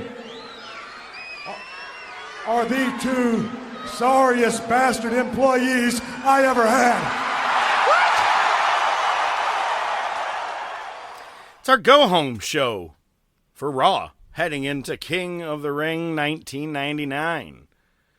And WCW did some stuff. Take it away, ODM. Is it just me or does something seem off? Yeah, that's really funny you say that. Wow. Let's see. What do we got? June 21st. Probably going to end up needing the technical difficulties bumper at some point in this show. When I made that thing, I never realized we were going to use it that much. It just seemed like a funny thing. But, hey, it works. The use that we have gotten out of it, we should have, sublet it out and made royalties off that shit. We have used it. It's actually not a bad idea. There are so many. We have done it so many times in one episode where we just cut it off early because it's the 3rd time we've used it in an episode. We're like, we don't need to play the whole thing again. Right? Yeah, all right. We're going to try not to use it. All right, here we All go. right. June 21st, 1999, Raw is the go-home show for King of the Ring. It opens up with Triple H with China going to the ring. Says, Taker, get your dead ass out here and let's do this right now. Taker does. Corporation runs in to keep them apart. Vince gets on the mic and he says, not tonight. It's what they want. This year, we're not crowning a King of the Ring. We're crowning a Queen of the Ring. Reminder, China is in the tournament. Cuts a promo on all the faces that they're, going against. Austin comes out with a ladder, sits atop the ladder, chugs a beer, says he accepts the ladder match for all the marbles. But he has a stipulation. If anybody from the corporation interferes, the McMahons will be DQ'd and Stone Cold Steve Austin will have 100% control of the WWF. Vince says, nope, it's going to be anything goes, no DQ, because Vince and Shane McMahon said so. Shawn Michaels' music hits. He comes out. Then Real American plays. The Stooges come out. They're HBK's new associates. And it says, tonight we're going to have a match to decide the stipulation for the King of the Ring match. Austin versus any member of the corporate ministry that Vince chooses. Austin wins. He gets his stipulation, etc., etc. So Vince chooses Taker. Shawn says, well, that ain't going to work. He's already booked. Shane says, all right, well, how about Triple H? Shawn's like, he's booked too. Shawn says, they're actually both booked because they're facing each other tonight, and the title's going to be on the line. So Vince chooses Boss Man, I guess, okay. And Shawn Michaels says he'll be the guest ref. Austin bounces. Shawn Michaels says the Stooges want a tag match against the McMahons tonight. Shawn Michaels grants it. Sexy Boy plays. Stooges start shaking their asses. He's single, fellas. This is that coked up Shawn we're talking about. This is that 90s coke. This is that 90s coke. The corporate ministry chases the Stooges to the back. And then McMahon's and Viscera are in the ring. Shamrock runs in, hits Viscera with a chair. The McMahon's powder. A lot going on in that first 20 minutes there. 2 things. One, facing Boss Man. Isn't Boss Man dead? Didn't we just watch him die? I know, right? At the hands of fucking The Undertaker. Hopefully they don't reverse that with Chad Gable and have him come back in a couple of weeks. I told you he's gonna be a zombie. The second thing I wanna get to about that is I just read an article earlier today. Midian, since he's a part of the Ministry of Darkness, admitted that he took a shot at Stephanie. he was like, I swung for the fences. I was really infatuated with her. And she said, my dad says I'm not allowed to date wrestlers. And then a couple of years later, she got with Triple H. And I was like, so if I'm mathematically doing this right, you asked her out when you were a Godwin. We were walking around in overalls in a slop bucket. Because she's going to start S-ing the D of Triple H very fucking soon. Yeah. So, so you weren't Ministry of Darkness. You weren't Naked Midian. Naked. So likely when you asked her, you were Slop Bucket Midian. Yeah. We all got to shoot high in our dreams. Shoot your Good shot, job, man. Midian. Shoot your shot. You miss 100%. It's funny. He goes, I was the first to ask her out. And I was like, Randy said, okay. Oh, yeah. I dug it. Yeah, I bet he did. Jeff Jarrett's backstage talking to Shawn Michaels, and he doesn't want to wrestle tonight. Vince gives a pep talk to the corporate ministry. Midian is looking. Hey, Shane, I saw you had a belt in your bag. I need one. Is it all right if I grab it? Shane's like, why are you looking in my... Yeah, sure. Go ahead, buddy. Okay. Next, Vince books Shamrock versus Test. Jeff Jarrett and Deborah are escorted to the ring, though, by the Stooges. There's a sign citing. Sign said, hit that bitch. I didn't see that one. Yeah. Patterson says this is going to be a triple threat match for the IC title under the orders of Shawn Michaels. And JR and Lawler, specifically Lawler, make fun of Pat Patterson because he says it's a triple threat match because he's French-Canadian. And I was like, are they openly ribbing him? Like, both of them are being, like, assholes at this right now. You're gay and you can't talk well. Jesus Christ. Oh, if only that could have been the name of this episode.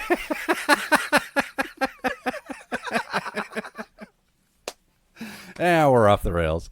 Blackman runs in, hits Shamrock with a kendo stick. Jarrett runs Test into the post, gets the pin on Shamrock, retains.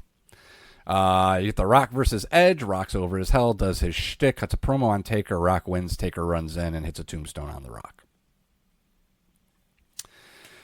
Next, you get something that really didn't need to happen, and thankfully nobody died, and you guessed it, Viscera was involved, because he faced Mark Henry in a Gorilla Slam match.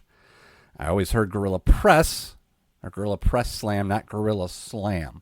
But you get the idea. It's you have to press slam your opponent. Henry, for some reason, decides it's a good idea to sit on the second buckle. His feet on the second buckle. He's sitting on the top buckle. So Viscera gets him and sort of Gorilla Slams him. He kind of just does like the Ric Flair toss off the top buckle thing. And almost dropped Mark Henry right on his goddamn head. And you know that pissed Mark Henry off because he was like, I could lift this motherfucker with one arm. Yeah. You guys are making me have to job to this motherfucker here. And then he ends up throwing him on his goddamn head. Yep. God, that dude was a fucking shitty wrestler, number one. Number two, if you haven't found it, look it up on Chris Van Vliet, Mark Henry talking about like his big man competitions and the stuff that he would do and how he beat everybody. Also talks about breaking the chain on SmackDown when it was on the cage and they didn't gimmick it the way they were supposed to, so he had to actually legit fucking break it. But listen to him talk about, he's like, I didn't do it to be arrogant, but I was definitely going to be a showman about it. I'm like, motherfucker, he's legit. He told a story about somebody ribbed him, and he was ready to beat somebody's ass, but it was like the wrong person. I think it was the Click or something. He said, I'll have to dig it up, but it's on the same show. Yeah, it's fucking great. It was, if I'm not mistaken, Paul Bearer was like, oh, yeah. Can you believe that the Click are doing this to you? And blah, blah, blah. And he goes, I was going to go fucking kill Shawn Michaels, and I was going to take him and be like, I'm going to fucking kill you. Yep. And but it was Paul Bearer that ribbed him. I'm like, yep. Yo, I got to be honest with you, I'm glad that I didn't dive in. I can take a rib, okay? I can take a joke. Sometimes I might have a little sensitivity side to it, but I'd be like Mark Henry, like, who's fucking dying? Who's dying right now? Who's ready to die, bitch? Like, the fact that, like, it was just, fuck it, it's all right. Kurt Hennig fucking shaves 1, 2, 3 kids' eyebrows, and they're like, yeah, you have to go do your photo shoot. It is what it is. Good luck. And that was acceptable and okay. I'm not sure how it lasted. Yeah. Different I'd probably breed. be doing the RVD. Pick a hand. Pick one. Go ahead. It's one I'm slapping you with. Let's see here. Viscera beats down Henry post-match. D'Lo makes the save. They end up slamming him off the buckle. Midian comes out. The belt that he got out of Shane's bag was the European title that has mysteriously disappeared. He takes out the faces, and there you go. All right. Yeah, I got nothing. I don't know if you're looking for me. Yeah, it was a long-ass stare. What you care about is this next part, and it was great. You get Beaver cleavage with Mommy, buries his head right in her milkers. He's facing milkers. I've never heard that ever in my life. Her milkers. Her smattering.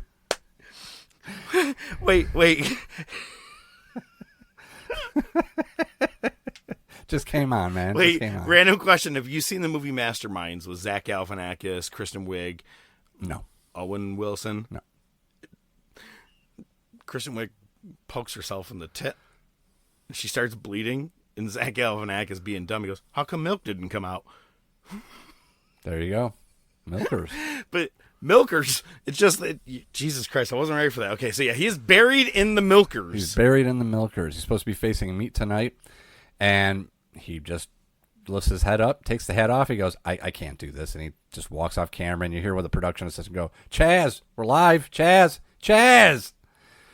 Come back from break, and they're like, yeah, well, that match is off. Yeah, sometimes shit happens, So I did a little. I love this. I did a little digging into this. This was kind of like a work shoot because he was not happy with the gimmick. He legit was not happy. He's like, I'm not doing this. So they did this on purpose just to kill it off and get some closure to it. But it was great. And here, you want to know the best part? I'm fucking sitting here. I got 2 screens. I'm watching it on one screen, and I'm typing my notes on the other screen. And Mrs. ODM comes walk in, and she just puts her arm around me. She says, hey, what's up, baby? Hey, we're just shooting the shit. And she looks, why was that so funny? I wasn't grabbing her milkers. That she's walking in dirt. No, the fact that she's walking. Wait, you're saying she said that to you? What? She just came. She put her arm around me. She's like, what's up, babe? What's going on? That's all I was saying. No, I was laughing, being like, what is she about to see? Because you ever seen that meme? It's like, when I watch wrestling versus when my parents come in and I'm watching wrestling, and it's like, you know what I mean? It's like, that's kind of what I was picturing Thank right God there. It wasn't she Rick, came in. It wasn't Ric Flair doing the airplane thing, so we were okay, the propeller thing. No, I think I was past it at this point. I think it was actually at the next match. The funny part is she looks over at my notes and she goes, Beaver cleavage. Okay, I'm going to leave now. I love you, Jackie. Good for that one. That's awesome. That's pretty fucking funny. It was. And I explained, I'm like, yeah, don't even ask. All right, so we go into Boss Man versus Austin. HBK is the ref. Winner gets their stipulation implemented for King of the Ring match. The McMahons come out with the corporate ladder, but they powder because Austin chases him up the ramp, but they come right back up. They set the ladder up next to commentary. Shane's on commentary. Vince is kind of halfway up the ladder.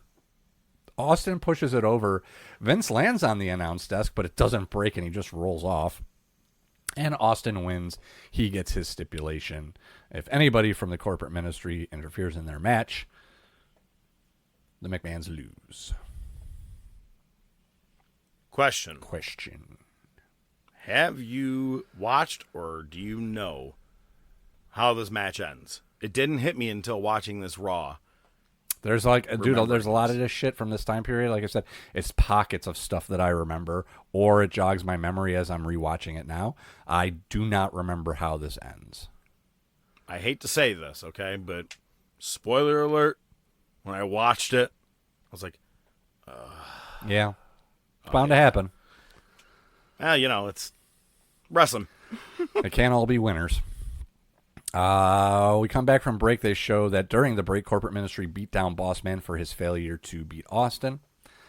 Next, just another, we talk about the good of the Attitude Era. Well, this ain't the fucking good. It's Val Venus versus Prince Albert with draws. Val Venus gets on the mic, and it's great because it's kind of like one of those kayfabe pal things. He goes, Pritchard, send him out now. Kind of like that. Showed how pissed off he was. It worked. I remember that. Actually remember that as a kid. Like when I saw that as a kid, and I'm like, who the fuck is he talking to? But now as you're older, you're like, no shit. Yeah, right. You call Pritchard out? But I remembered that, and I was like, I actually weirdly remembered that for some weird reason. Yeah. Yeah. Well, it's probably because of what happened next. So Albert and Draws come out, and they've got a briefcase, which, unless you've been watching Heat consistently, you don't really know, because we haven't seen Prince Albert on Raw yet. Val Venus handcuffs Draws to the ring post. Guess he's getting him ready for not being able to move at all. He ends up hitting a money shot on Albert, handcuffs him to the rope. Val Venus takes about 15 minutes to open up the briefcase.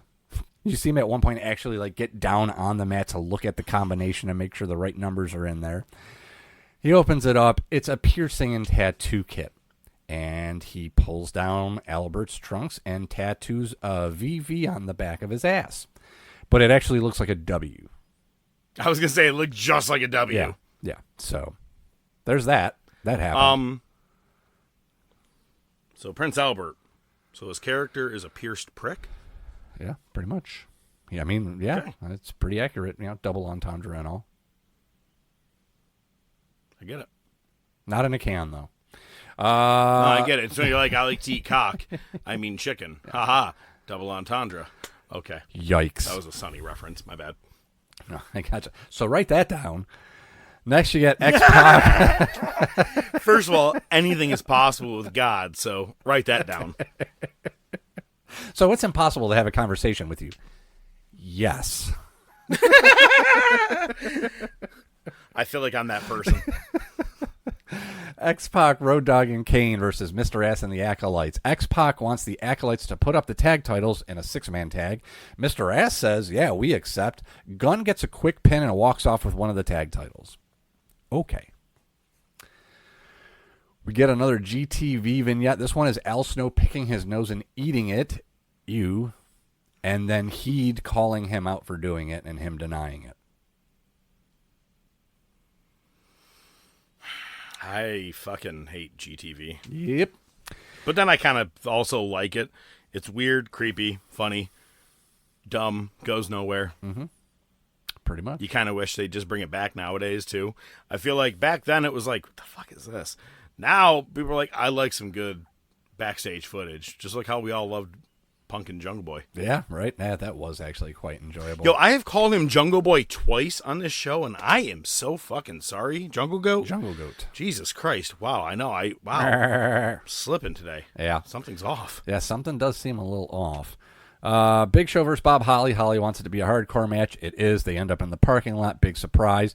And then for some reason, there's a car on a raised platform that's probably, I don't know, a few feet off the ground. And Big Show just rolls it off the ledge. Nice random prop of why is that there? But okay, it was like a big, I Fiat can throw it. 500, It was a small ass car, but he did roll that fucker over. All right, so you get your McMahons versus the Stooges match. I know they're technically not Stooges anymore because they're not with Vince, but we know what we're talking about. No, that's the name. They're always known as that to me. Absolutely. Shamrock runs in, has Vince cornered, but Shane chop blocks Shamrock. Vince powders, but Shamrock once again gets his hands on Shane, hits a fucking nasty-looking belly-to-belly. This thing was fucking picture perfect. It was beautiful. And he heads to the back to find Vince. Stooges go after Shane, but Mean Street Posse makes the save along with their new member. They Pillmanize the Stooges' ankles. The new member kind of looks like Wardlow.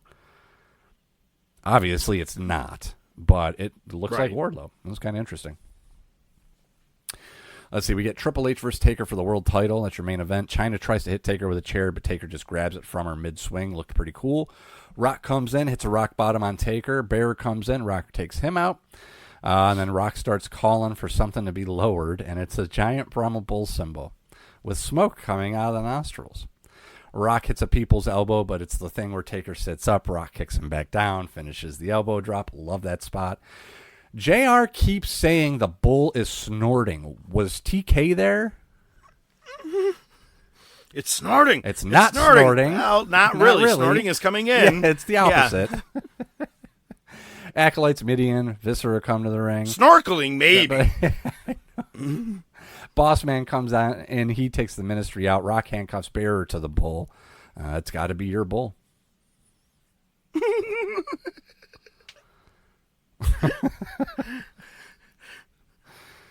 Such a good reference. Yeah. We don't talk about Tommy Boy enough. We don't. All right.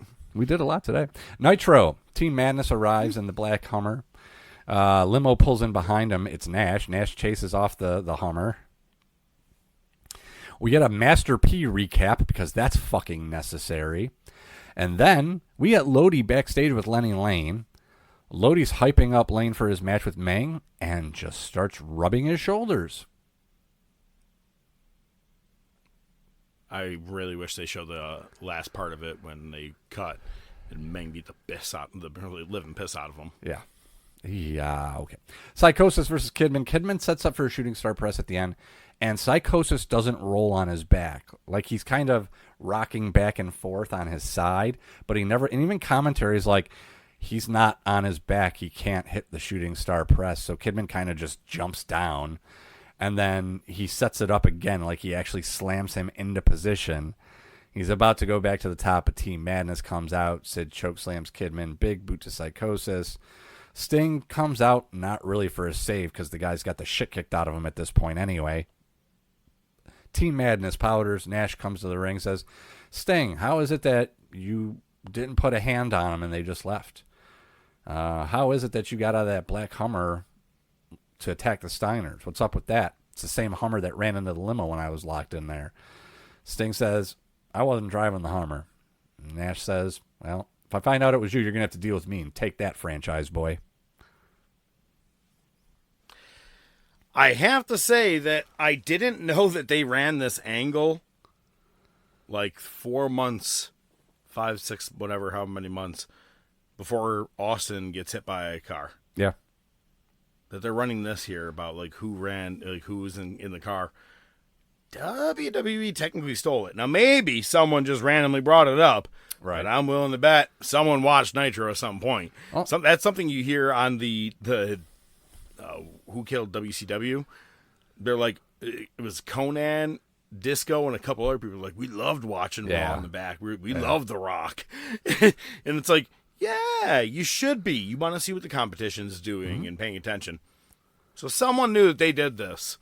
Oh, yeah. But they weren't the first. Absolutely. They just made it more famous. And Kimberly Page got thrown out of a car already, too, at this point. So, I mean, you know. Yeah, that was awesome. And the Steiners rollover crash. Holy shit, WCW did a lot of fucking car crash angles. Remember where Hall and Nash ran him off the road? Yeah, a lot of car crashes, including Hogan versus the Dungeon. Oh, no, that was just a legit crash. Well, that one was actually a monster trucks thing, but he just threw Big Show off the top of a building into the river. And then he walked back in the arena 5 minutes later. I'm so glad we didn't have to cover that shit. We are going back to cover it. Don't worry. Going back in time. We're really going off the rails here. Flair and Piper in the president's office. They book Sid and Savage against Nash and Sting for Bash at the Beach, and Sting versus Sid tonight. We get more recaps. Then we get Lenny Lane versus Meng. Lenny Lane comes walking out looking like he has a dozen bottles worth of baby oil on. Ew. Especially given the last segment. That looks really not sticky. Sticky.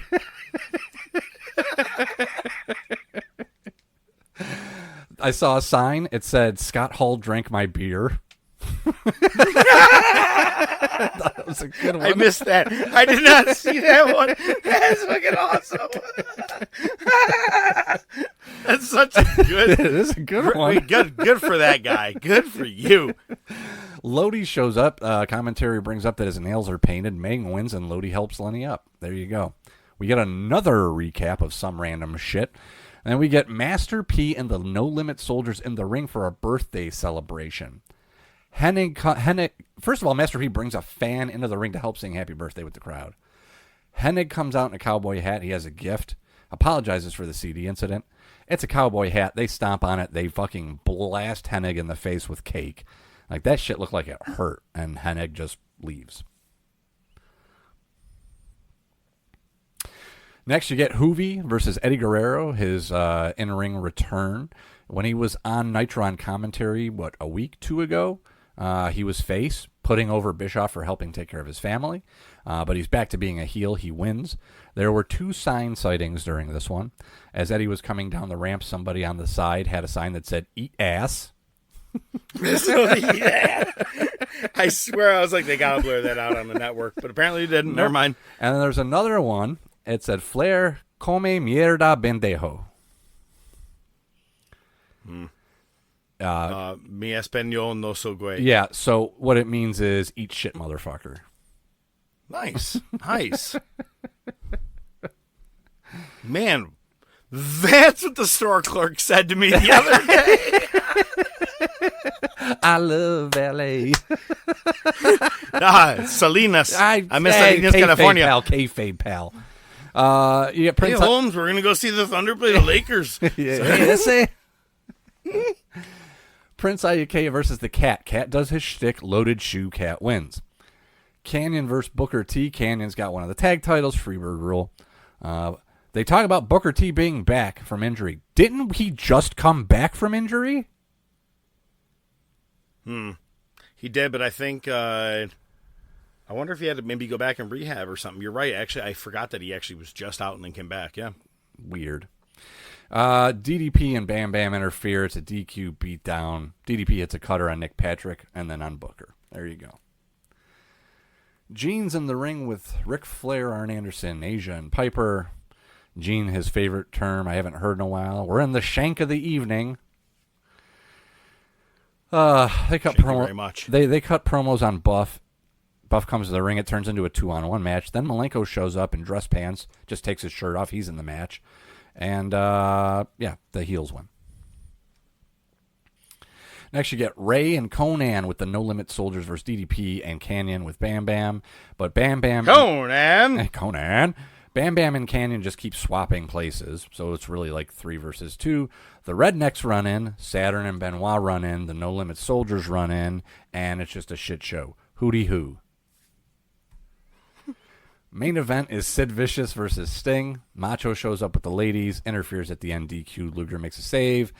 Macho cuts a promo on the faces. Sid cuts a promo. Sting says, "We've got 2 words for you." Holds the mic up to the crowd. The crowd yells, "Suck it." That's probably a good way for WCW to go off the air. Did you learn nothing from the night of the finger poke of doom and saying about Mick Foley winning the title? I mean, why don't you just be like, "Hey, on Thunder, you're going to smell what WCW is cooking." And that's the bottom line because the Stinger said so. And you're fired. Hey, see you next week. Jesus Christ. Wow, that's really... It really was it was a bad move. They made multiple bad moves, especially after watching this, as I brought up on the table, the WCW thing. It's just... The mistakes they're making just over and over. I'm like, every time I'm watching this shit, I'm like, oh, you could have cut that out. Mm-hmm. Oh, that didn't need to be there. I bet you this guy didn't want to be doing that. It's only going to get worse. And it's no wonder, I think, the end of this year or beginning of next year, if I'm not mistaken, is the jumping of the ship of the Radicals. And we're about to get Jericho because he hasn't been on TV. He's going to be very, very, very soon. And he hasn't been on TV in WCW for quite some time. Probably waiting out 90 days if that's what they had going on. But people are leaving for a reason. Oh, yeah. Yeah. Kind of like the link you sent to me today, about my company sponsoring the old Jad Fest. And no reason. No wonder. Look at, man. You ever see the thing in South Park, Butters? Are we getting sticky? I don't want to get sticky. Well, let's go to the top topic. Play the bumper. Ladies and gentlemen, it's now time for... Best there is, the best there was, and the best that there ever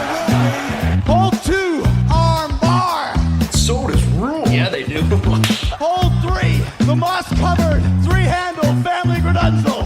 It's me, Austin. Just when they think they got the answers, I change the questions. I did it for The Rock.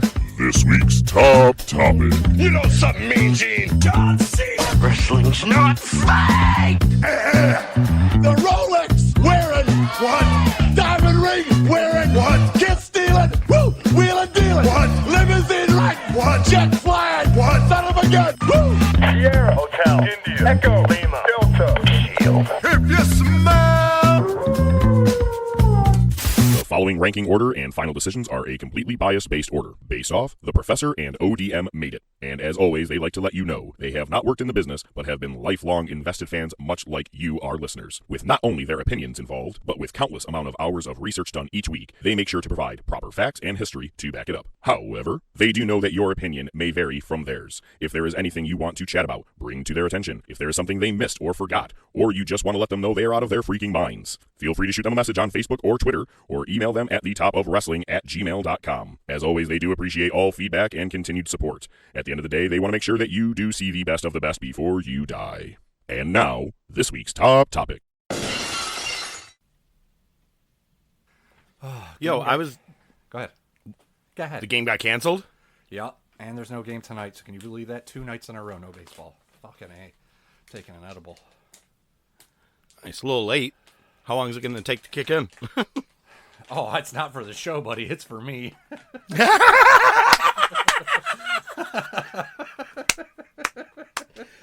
Fuck you and this podcast. Hurry up. I want to go play Gran Turismo. Oh, my God. I did have a question for you. So I was looking at the part at the bottom of the doc of all the things that we've predicted, which I'm going to have to put into a different doc on its own and save it. So when we start our season 6 one, that doesn't have to be there. But I could have sworn, didn't you call it that Chad Gable would get shot in the head? I wish. Oh my God. I really feel like that's something Tony, if you know what's funny? If Tony Khan had one of his wrestlers shot in the head, we would have thought it was the dumbest fucking thing. For some reason, I'm like, I like this. This is cool. It was weird, yeah. But yeah, it was, Howdy's got a gun. Run away. Oh my God. They're going to do it like the Who Shot JR. It's going to be... Yeah. Well, and The Simpsons did Who Shot Mr. Burns, which was great. Because the thing is, I remember watching it, and I think I was, 18 or 19 at the time when it happened. And I remember, like... Makes sense. I was like 12. It was, yeah. It was such a big deal that when they went to part 2, because part 1 ended a season, part 2 started the next season, right? So, like, they were doing, like, this big lead up before the episode, like to the point where they're, like, had odds in Vegas. And I said from the get-go, I said, it's either Maggie or it's the dog. I said, it's one or the other. And motherfucker, because I think the odds for Maggie were, like, pretty high, so, like, could have made some money. I should have told my mom, fucking lay some money down for me. It's a cartoon. Lay it down. All right. Oh, it's not for you. It's for me. It's for me. Wasted the good edible on you. It's funny because I was going to ask you if you went to watch any of the Red Wings games this past weekend, but obviously you had your own to deal with. Thursday. Oh, you did go? We went Thursday. Oh, you want to hear a fucking story? You want to put this as your hidden fucking track? I almost committed murder. I was coming up with visions in my head of, like, who I was going to murder. I was so pissed off. It almost ruined the whole night. You know, thankfully I got over it because it was, in the end, it wasn't a big deal. But I was really ready to strangle somebody. Okay? So Thursday, they're the plates. I actually have a plates jersey. They're the Rochester plates instead of the Red Wings. I kind of want the jersey. I've seen it. Yeah, I've got one of the jerseys and I got the hat. So, but we never end up going on Thursday when they wear their plates jerseys. So we went, and it was Hawaiian shirt night. And it was a yellow Hawaiian shirt, and it had the Plates logo all over it. First 1,000 people get them. So we get there early. Motherfucker, there's a line. Of course, we figured. We get in line, it moves pretty quick. We get in and we're following the line, and the line goes from one end of the stadium, then it works its way back to the other side of the stadium, and then back to the middle where they actually have the shirts, And you have to, so you can pick your size. So we fucking wait. It's probably about a half hour altogether. Get to the front of the line. They're like, have your vouchers out? I'm like, vouchers? I'm like, what the fuck are you talking about? Like, I didn't get no voucher. He's like, oh, if you didn't get a voucher, that means they ran out. I'm like, wait. When were you going to tell people this? Well, I mean, if you didn't get one, then we're out of shirts. I'm like, but how am I supposed to know that before I get into line? You didn't have a sign that said you need a voucher. You didn't have somebody. You had a bunch of people standing around. None of them were saying anything, though.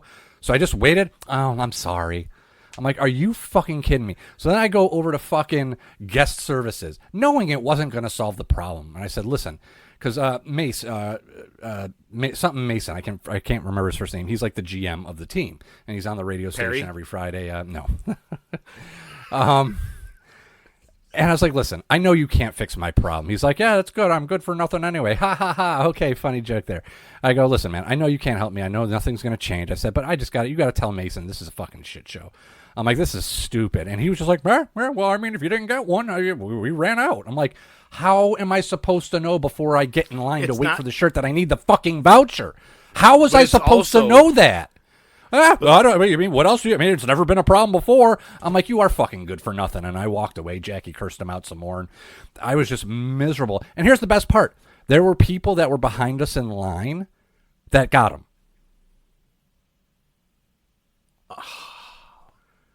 Yeah. I've never gone into an arena or a game where they're giving something away, because this is probably going to really, really, really piss you off. We talked about this. This was a part of our lost show, is that I went to a Giants game. Right. It was the Yankees-Giants game. And it was Hawaiian shirt night. It was pictures of the San Francisco Giants all over it. Cool. Like just the players' heads. All four of us got one. No voucher. You just walked in, and they're like, and what size do you have? We only have medium and extra large. We'll fucking take an extra large. That sounds great. But my thing is there was no such thing as a voucher. I've never heard of that. Yeah. And again, how the fuck are you supposed to know unless somebody... Get your vouchers out. If you didn't get a voucher, you don't get a shirt. That's all they had to say. Every 30 seconds, every minute, just shout it out. That's it. Some asshole standing there holding a rope. He couldn't be telling people, the line of people that keep walking by him, do you have a voucher? No. Get out of line. You're wasting your time. That's all they had to do. I'd have been pissed, but I would have gotten over it. Right? And eventually I got over them because we saw people wearing them in front of us, and the stitching was already coming undone at the fucking seam on the arm. Oh, so, Jesus. Yeah. But you didn't get to see Garrett Cole, though. That was Friday night, That was correct? Friday, yes. That was a fucking sellout. Look in that stadium. Bro. Holy shit. Faced 12 pitchers. He had 10 strikeouts. I know. Vinny pitched last night. He pitched 2 innings. He got 6 strikeouts. Nice. He's not even a pitcher. Did you play a lot when he was younger? Were you Nomo and he was Jose Canseco? Yeah, I bounced the ball off his head. Yeah, I just decided we're already in the top topic. So, how was Iron Claw?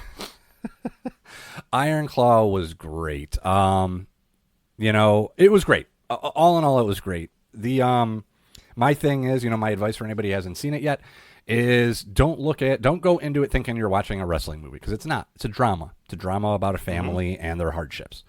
And it's not going to be 100% historically accurate because it's not a documentary. It's a drama. It's missing one kid. Well, Chris, I think his name is. I think it's Chris. And that's fine. There's too much to cover. They didn't even get into Lance, the fake cousin, right? They left that out. 1 minute. I don't even remember seeing him. Yeah, and I didn't see MJF. MJF. So when you see Zac Efron, who plays Kevin, is standing at ringside after both David and the other one, I don't want to spoil it too much, but he's just standing at the ring apron. And there was a guy wrestling that had this longish blonde hair kind of thing. Not long, but like only to his face or whatever. That was MJF. It was like, literally, MJF was in there maybe 6 seconds. Huh. And that's I'll have to go generous. back and check it out. So I only had 2 gripes with it, right? Again, it doesn't have to be 100% historically accurate or point out everything, right? And I'll give you an example of something that works with that. When Mike injures his shoulder, right? In real life, he was in Tel Aviv. He had surgery in Israel. He flew home. That's when he got the infection, and he got the fever and sepsis, and he almost died, right? That's how that all worked out in real life. In the movie, they don't get into that. It's just he wrestled, he got hurt, he had surgery, he has an infection. Like, it was just like that. There's no mention of Israel. And that's fine. You didn't need to get into all that, right? That's perfectly fine. What bothers me is the chronology. Kerry gets in the motorcycle accident and loses his foot before Mike gets his shoulder injury and kills himself. That is not how that happened in real life. Mike, everything happened to Mike first, then Kerry had the accident and went to WWF. I don't know why they flip-flopped that. There seemed to be no apparent reason for that happening. Made no sense. I think maybe, well, and this is just on the top of my head, he just won that NWA World Championship. And wait, back. Well, okay, yeah, okay, you're right. So why I think they did that is it was just like the hardship of everything, and they needed to. Because David had died, he won the title. Right. And it was sinking in, so he went for a ride. Yeah, I don't know. I don't know why they would have done that. Yeah. Is the second thing you're wondering is why did Zac Efron decide to put 50 pounds on each side of his face? His cheek? It was off-putting. It was quite off-putting. He looked Yo, like the first 5 minutes of the movie, I couldn't stop looking at it and being like, I'm not gay, but you were a good-looking dude. He looked you were like fine. he looked like Marlon Brando in The Godfather, to be quite honest with you, but that's a different story altogether. My only other gripe with the movie is Ric Flair. God, that was everybody's awful. gripe is Ric Flair. God, that was so bad. I could do better. You could do better. So could I. I was gonna say, and I can't do impressions, but I'll tell you, if you go back to our Christmas episode where you were off, and I gave my, it was Thanksgiving. Yeah, that's when I went to see it, and because I ended up doing pretty much a whole show by myself, and you were like, well, thanks for telling me, but I think that was one of the things I said. I go, my only thing is the guy who plays Ric Flair. Dear God, I could have done it, and I suck. Look, I could act, but I cannot do voices and impressions. Never been my strong suit. I was in like school musicals or like plays, like school plays and shit like that. And when I was in the Jets in West Side Story, and they're like, "So do you think you can kind of have like a Mexican accent?" I was like, no. Look, and I tried. It didn't sound anything like close to it. God, I'm Mexican. Well, now I would probably do like Charlie and Mac in Sunny. Hey, Holmes, let's go see the Lickers play the Thunder. You see, I'm not really, I can't do impressions, but I can act. But that guy, fuck. How many options? You could have had MJF play Flair. There you go. Yeah, seriously. Anybody could have done it. Oh, my God. Terrible. It was everything. It was a train terrible. wreck. Yeah. Yeah, I forgot. Yeah, it's until you just said it. So I have it. I watched it in the theater. And then I got it. And started to watch it and fell asleep. And then I was like, let me start it over. And I just kind of put myself off from it. And it took me, I don't know why. I'm like, it's not like, I don't know, like, it's not that, not jaw-dropping, but it's like, it's really hard to say. It's such a slow, sad movie that it's like, it's not really, I'm not sure it's a movie you want to see twice or 3 times, because it's like, it's hard to say. It's not a comedy and action or something like that where you have like reasons and moments, right? But there's very few things in this movie that want to draw you back. You see it once, you're like, that was done really well, sad, but I don't know if I'm going to need to watch it again. And I the story I got already. all the way up to that. Yeah, that's it. I think that's what it is. Because like you'll see, you're like, oh, now this is next. Oh, and that's happening, and that's like you just know what's about to happen.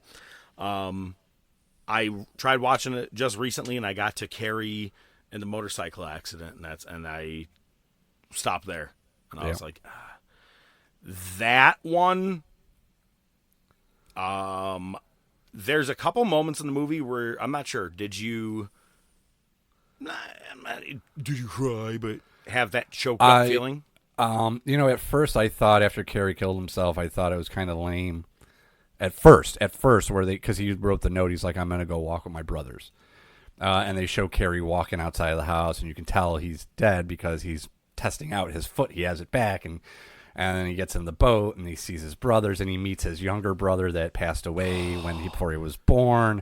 And I realized it was Kevin imagining that this is what Carrie was getting now, that he had passed away. Right. Yeah, at first, I thought it was just some weird thing, that, Carrie's get to some. But it was actually Kevin kind of using it to console himself. Yeah, that one got me in the feels. I think the thing that got me the biggest was the end, where he's sitting there just crying, watching his kids play, and his kids talk to him, and he goes and plays football with them. And then they show the actual picture of his house in Hawaii where he bought the ranch and his whole family lives. Because that was a thing. He wanted that he made that clear from the beginning of the movie. That's what he wanted. And that's what Another he has thing. now. Another thing that you missed in that hidden, or our lost episode. I went to that house, hung with him and everything. You guys all missed that. No, I'm just kidding. Different island. But, yeah, that one got me. That got me right there. That was, that one got me in the feels.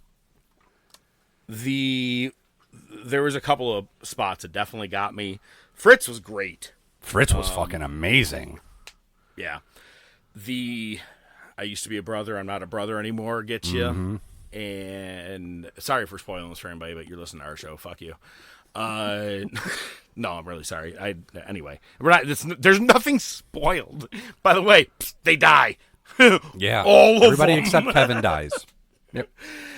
But it's like watching. You want to watch Lincoln? I don't know. Is it have a happy ending? Depends who you are. Kind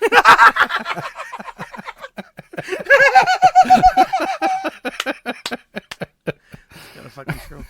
The reason I ask if the other one, I can't remember, it was getting me was what part it was that got me. Now I just fuck.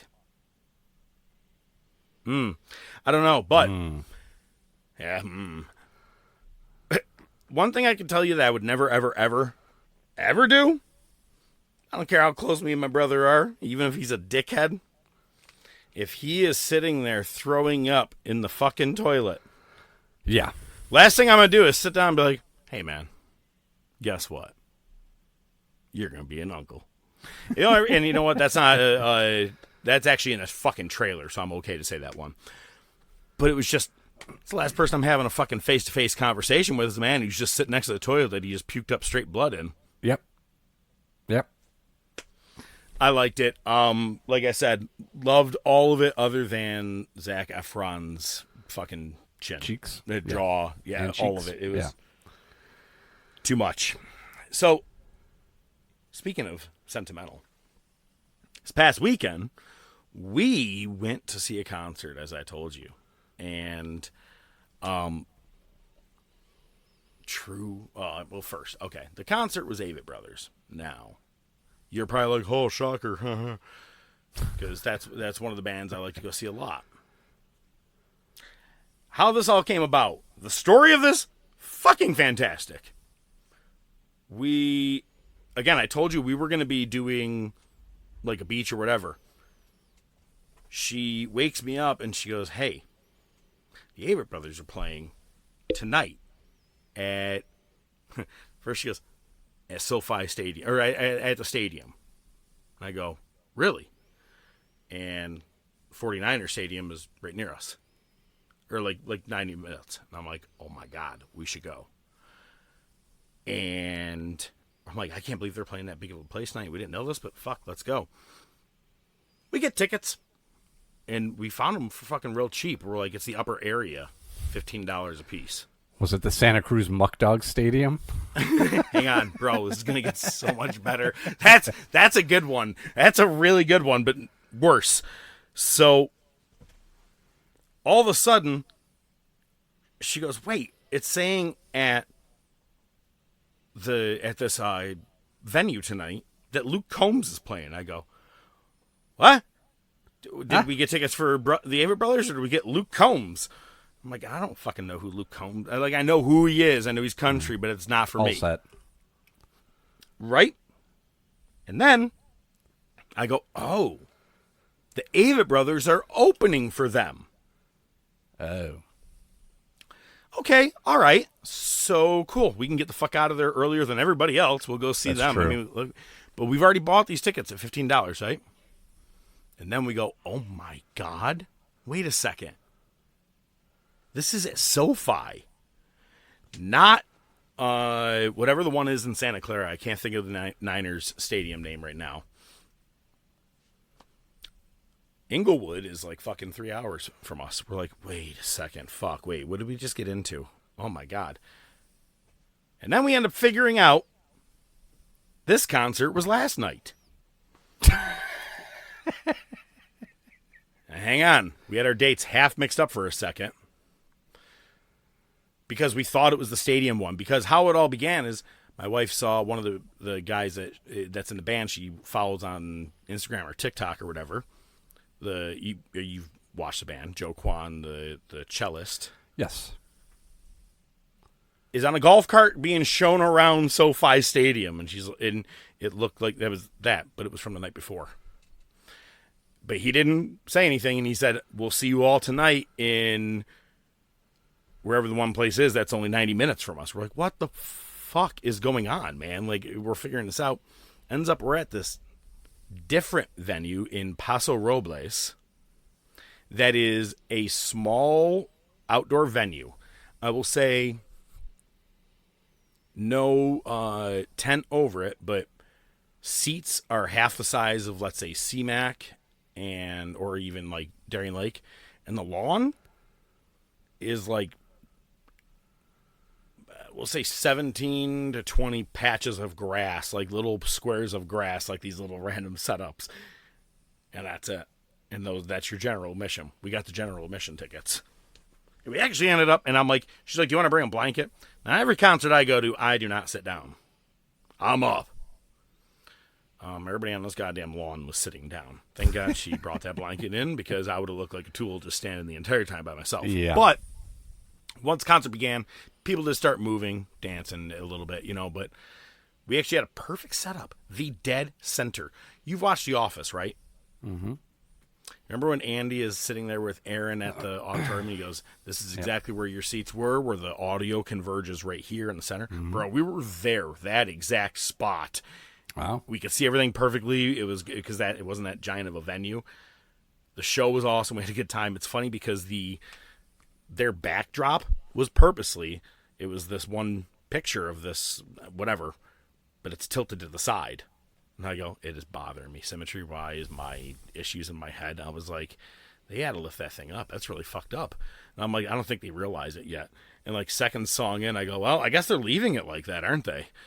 And she's like, we were laughing. But what was big about this show is I had not been to a concert since June of 2019. I was a religious concert goer. Yeah. I'm saying like several a summer, no matter what. And it's funny because I found myself being the old guy at the thing, being like, back in my day, I would get under $100. I can go to 6 concerts, man. Like it's how the surcharge fees are now. Mm-hmm. A $15 ticket turns to $50 at the end of it. But no lie, man, and don't repeat this, okay? It's a good thing we're not recording this. Right. I can't remember, maybe post-cancer, possibly. I have never had a moment like this. So I was watching the show, and they were in the middle of Head Full of Doubt, Road Full of Promise. Mm. And which, by the way, they haven't missed a step. I kind of gave up watching them a little bit and listening to them because to me, it felt stale. Sure. And I turned to my wife and and my wording was to say, I didn't know how much I needed this, like being at a concert. Mm-hmm. And I turned and I look at her and I said it and I go, I didn't know how much, and I fucking choked the fuck up, and actually like my eyes immediately like watered, and I go, I didn't know how much I needed this, like, and it just like, you know, like there's that crying out of happiness thing, and that doesn't fucking happen to me, is what I'm saying. I never goddamn cry out of happiness. And all of a sudden, I'm like, I felt home with like being back at a concert, bro. It was something I hadn't done in so fucking long. And like I said, they didn't skip a beat. We knew the exact song they were going to close with, because they closed with it every goddamn show for like the last 5 years. So as soon as they're like, you heard like the first chord, I'm like, and to the car. We were out of the fucking parking lot within like 10 minutes, like out of traffic actually in 10 minutes, like out of the parking lot in a minute, but like traffic 10. Easy drive back, man. It was awesome. So nice. Real good time, man. Did not realize how much I had not been to a concert, and I don't count Jazz Fest. Everybody's like, well, you're there. Nah, yeah. Nope. I am nowhere. I'm not, not nowhere near. I'm not drunk at all, or high, or just enjoying it. I'm not saying I have to be any of the first two. I'm saying that, like, generally one or the other is that's a preferred festival when hanging. Yeah, well, yeah, exactly. But any kind of concert, it's good to, everybody's drinking a beer around you. You know what I mean? I drove. I was like, you drank for the night. I'm good. I'm just sitting there watching. It was just a fucking good show, man. So yeah, needed that one, man. Been a minute, but don't tell anybody that I cried. Man, between that and Iron Claw, you're just fucking a blubbery little bitch today. I know, I may cry a little bit. It's going to get even stickier. I have one thing written here, and I'm kind of curious about this. Fan versus a mark. Where do you draw the line?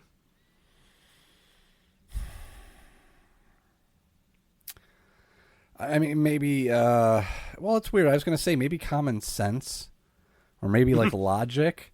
But I mean, even fans don't do that. But I mean, a mark is somebody, you know what a mark is? I'll tell you what a mark is. Here's how you tell the difference.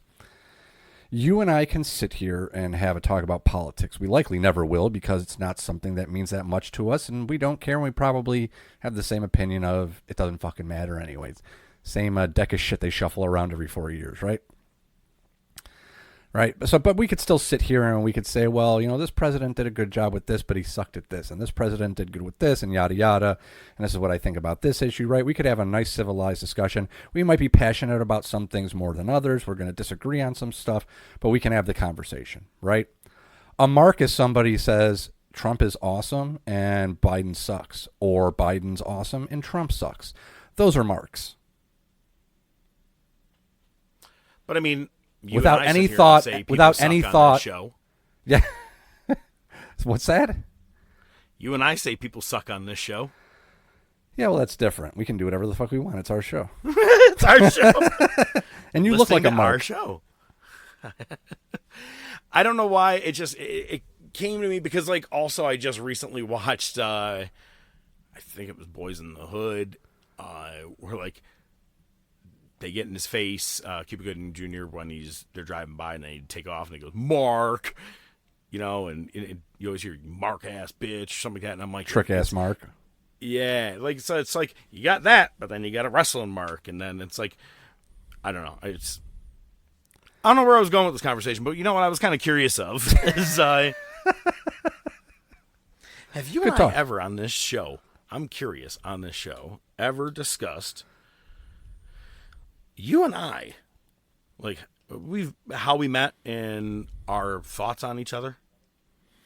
I think we brought it up once. It had something to do with me saying you had nice hands, and then I woke up with my pants unzippered and money missing off the dresser. Stop drinking.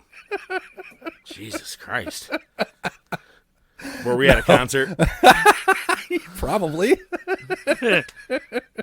No, we did, because I remember you had mentioned I had said something like kind of dickish, and you're like, wow, this guy's really an asshole, or something like that. The only thing, like, honestly, man, I'm not gonna lie to you. it's kind of a haze to me. I remember, vibing over music. I remember going to Latta Lee and doing the Beatles thing. We talked about that a little bit. I remember the first time I met you, I think you and John were working at S&K at Marketplace. And I think John showed up either to deliver weed or get weed from you. And I was with him. I just happened to be with him. We were out doing shit. And me and John had a smoke, and you came out during your break, and we shot the shit, and that's how we met. Next thing you know, I'm teaching you how to ride a bike and cook a steak. Rest is history. How about the bike?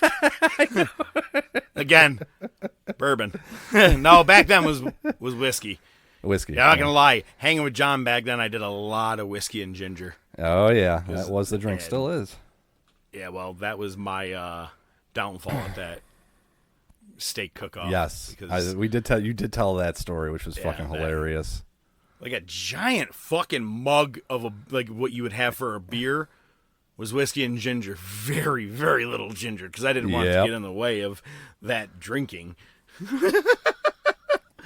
No, actually, I was trying to think of random things to talk about, and I was like, I don't know if we were really talking about it, but yeah, no, I thought you were a smug fucking prick first time I met you.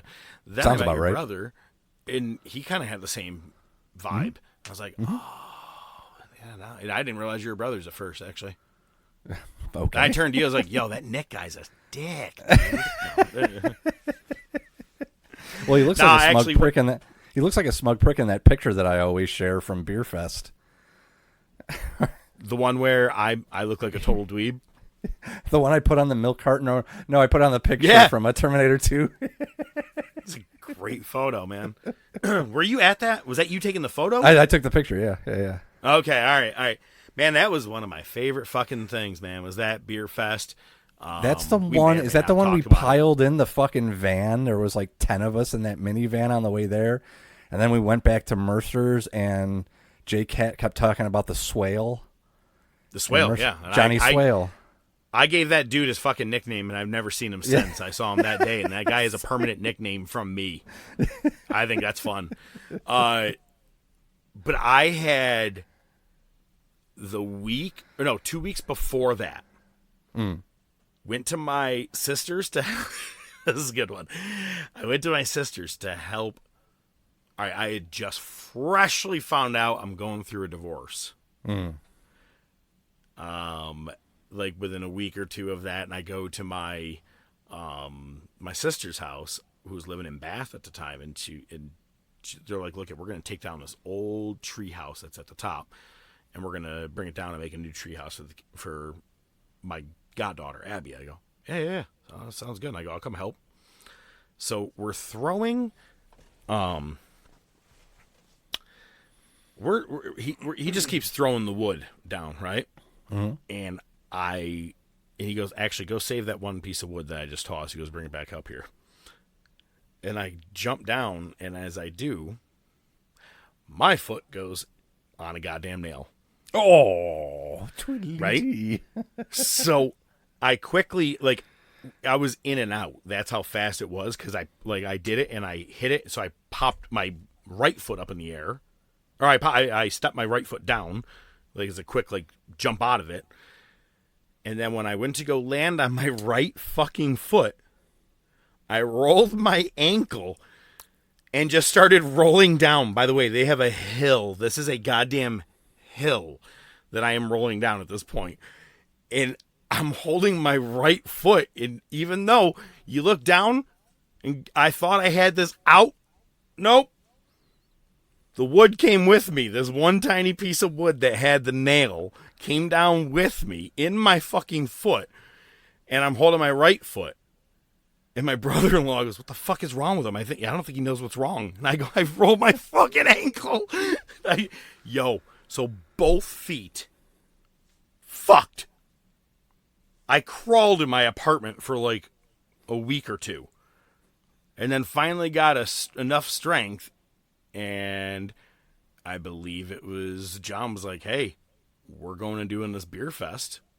Are you in? I said, man, my gig just got canceled too. I'm like, sounds like a plan. And I was in a brace in my ankle, and I was still limping pretty fucking hard. And I remember sitting on the grass area where you would sit in the outfield, right, off of the third baseline or whatever. We were all sitting there just enjoying a beer or whatever. And it's great because you get those little mini glasses. Tasting glasses, yeah. Oh, my God. I still have it somewhere in storage. But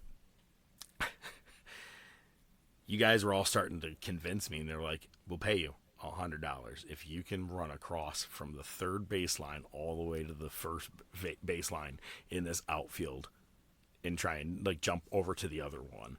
And I was like, I don't know, man. If my foot was not this way, I could fucking do it. I really think. And they're like, before anybody sees you, because there was really no one. There wasn't like security all in the field like there is in a baseball game. It's goddamn empty as shit. That year they had booths out on the field. No, not that year. Promise you. Oh, maybe it must have been the year after then, or the year before. Not 2009. All right.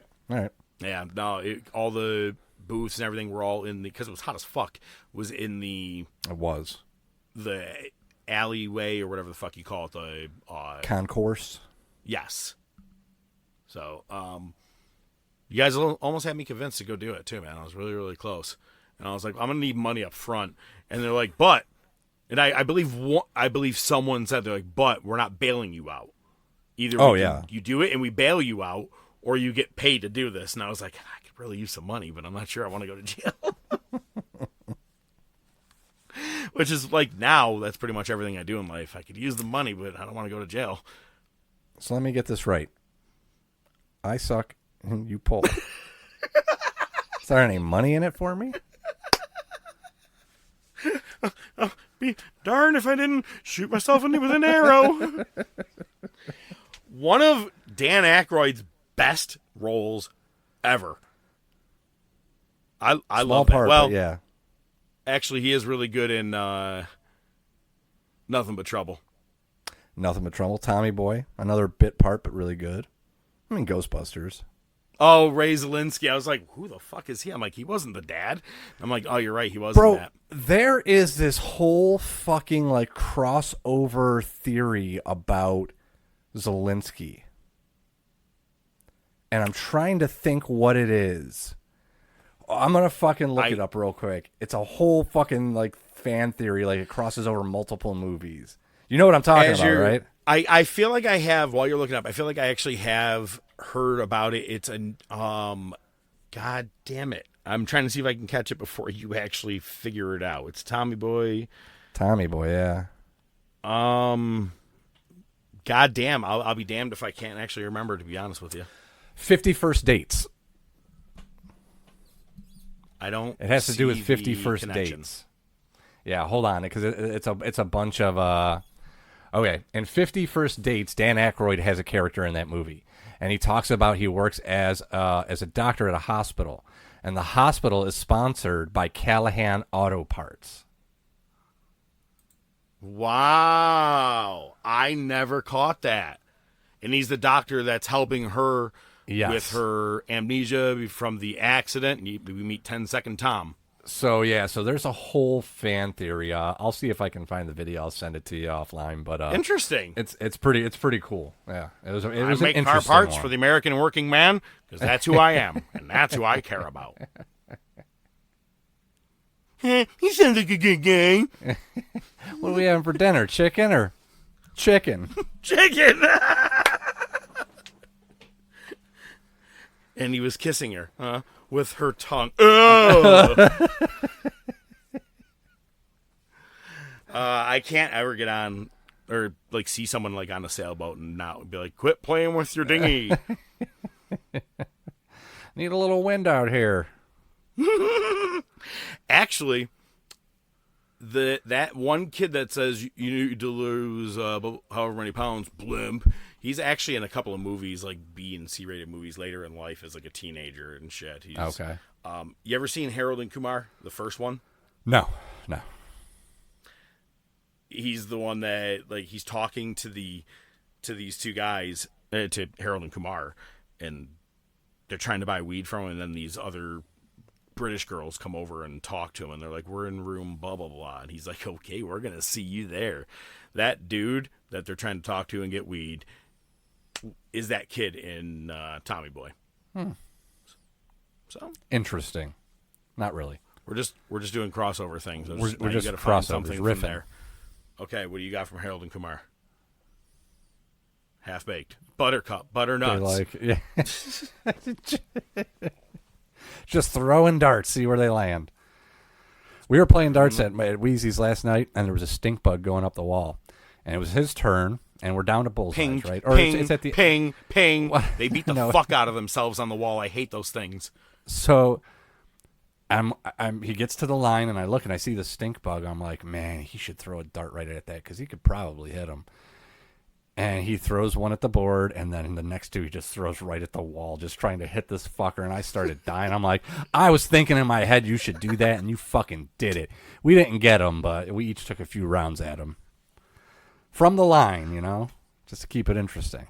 Didn't fair. happen, but I'll it just was throw a hilarious. shoe. Yeah, I did it first, actually. I couldn't hit shit, Watch so I for said, the fuck it, I'll try the shoe. bug. Watch. Tits out.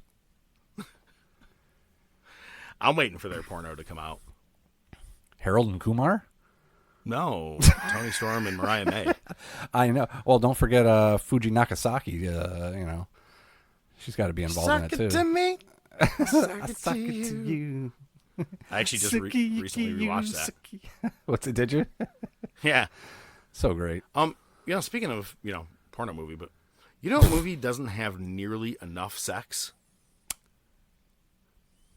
Castaway.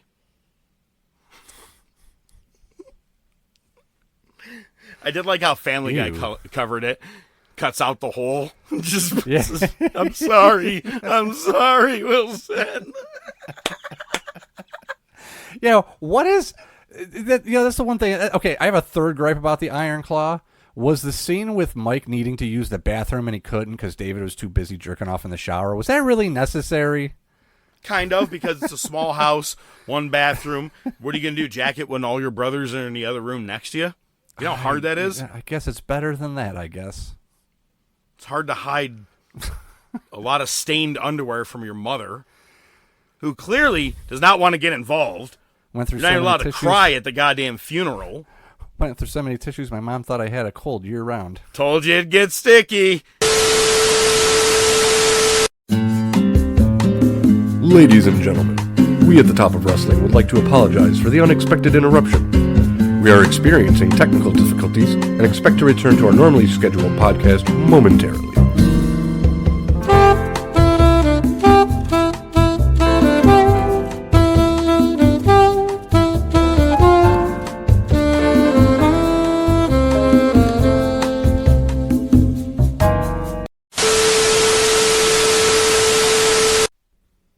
Well, due to things becoming a touch too sticky, we had to censor the last part of that top topic. Hey, everybody, join us next week because we'll be back, as always, on a Wednesday as the eventual ending, Season 5, comes to a close very soon. And next week's top topic or movie of the week, we talk about and debate the Marvel Universe, the Marvel movies. There's only 30-something of them. I promise I'll do what I can to keep it to a minimum on each one. Yeah, we're not recapping every single one. Believe it or not, I have not watched every single one of them. I've been selective on have. some of them, just to what I have had access to, as well as Sure. had care. Fair enough. Spoiler alert, mega fan of Guardians of the Galaxy. So I can't wait to talk about it. That'll be fun next week. Plus, there's no pay-per-view in real life, I don't believe, which is King of the Ring. Yep, that's good. Oh, and modern times. Modern times. Yes, Gotcha. Nope. There's an ass man that happens to win that one. Can't wait to watch that. That'll be fun. Hey, spoilers. I'm sorry. 25 years later. Come on back next week. We'll be here. I am the professor. I bid you a farewell. And every week he likes to thank me, TK style. Take it away, ODM, with your final thoughts. Thanks, Professor. You know, it's funny that we were talking about the Iron Claw earlier, my thoughts on the movie, your thoughts on the movie. And one of the things brought up by Zac Efron, who played Kevin Von Erich, says to his soon-to-be wife is the Von Erich curse. Talking about my great-grandmother, whose name was Von Erich, and They were cursed, and I'm just scared that it's hanging around us. Well, you know what? That may or may not have been real, but what I'm starting to think is real is the Top of Wrestling curse. Because fucking this show has been cursed for the last fucking month. Don't ever go back to Hawaii, Jagoff. Too many technical difficulties. But hey, Zac Efron got cursed, by the way. Look at his jaw. See you next week. The Top of Wrestling Podcast is brought to you by The Top of Wrestling Podcast. Your hosts are the Professor Mark Fantasia and ODM The Doc Joe Rizzo. Feel free to reach out to the show by email at thetopofwrestling@gmail.com, on their Facebook page, Twitter page, Instagram page. Remember to subscribe, like, and share. You can listen to the show on most popular platforms, including iTunes, Spotify, Podbean, Amazon Music, Pandora, and YouTube. Without your continued support, it would be just some guys talking wrestling, which is pretty much what it is anyway. Good night, folks.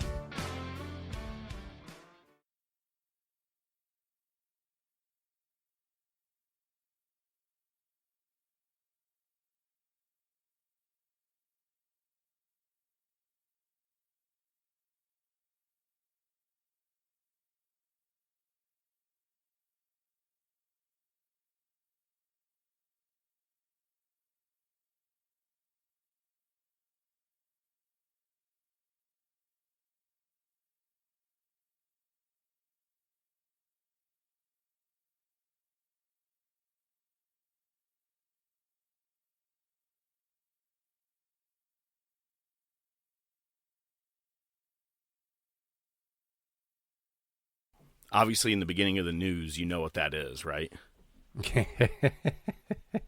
Yeah. It was purposeful for it. I thought it would be good time.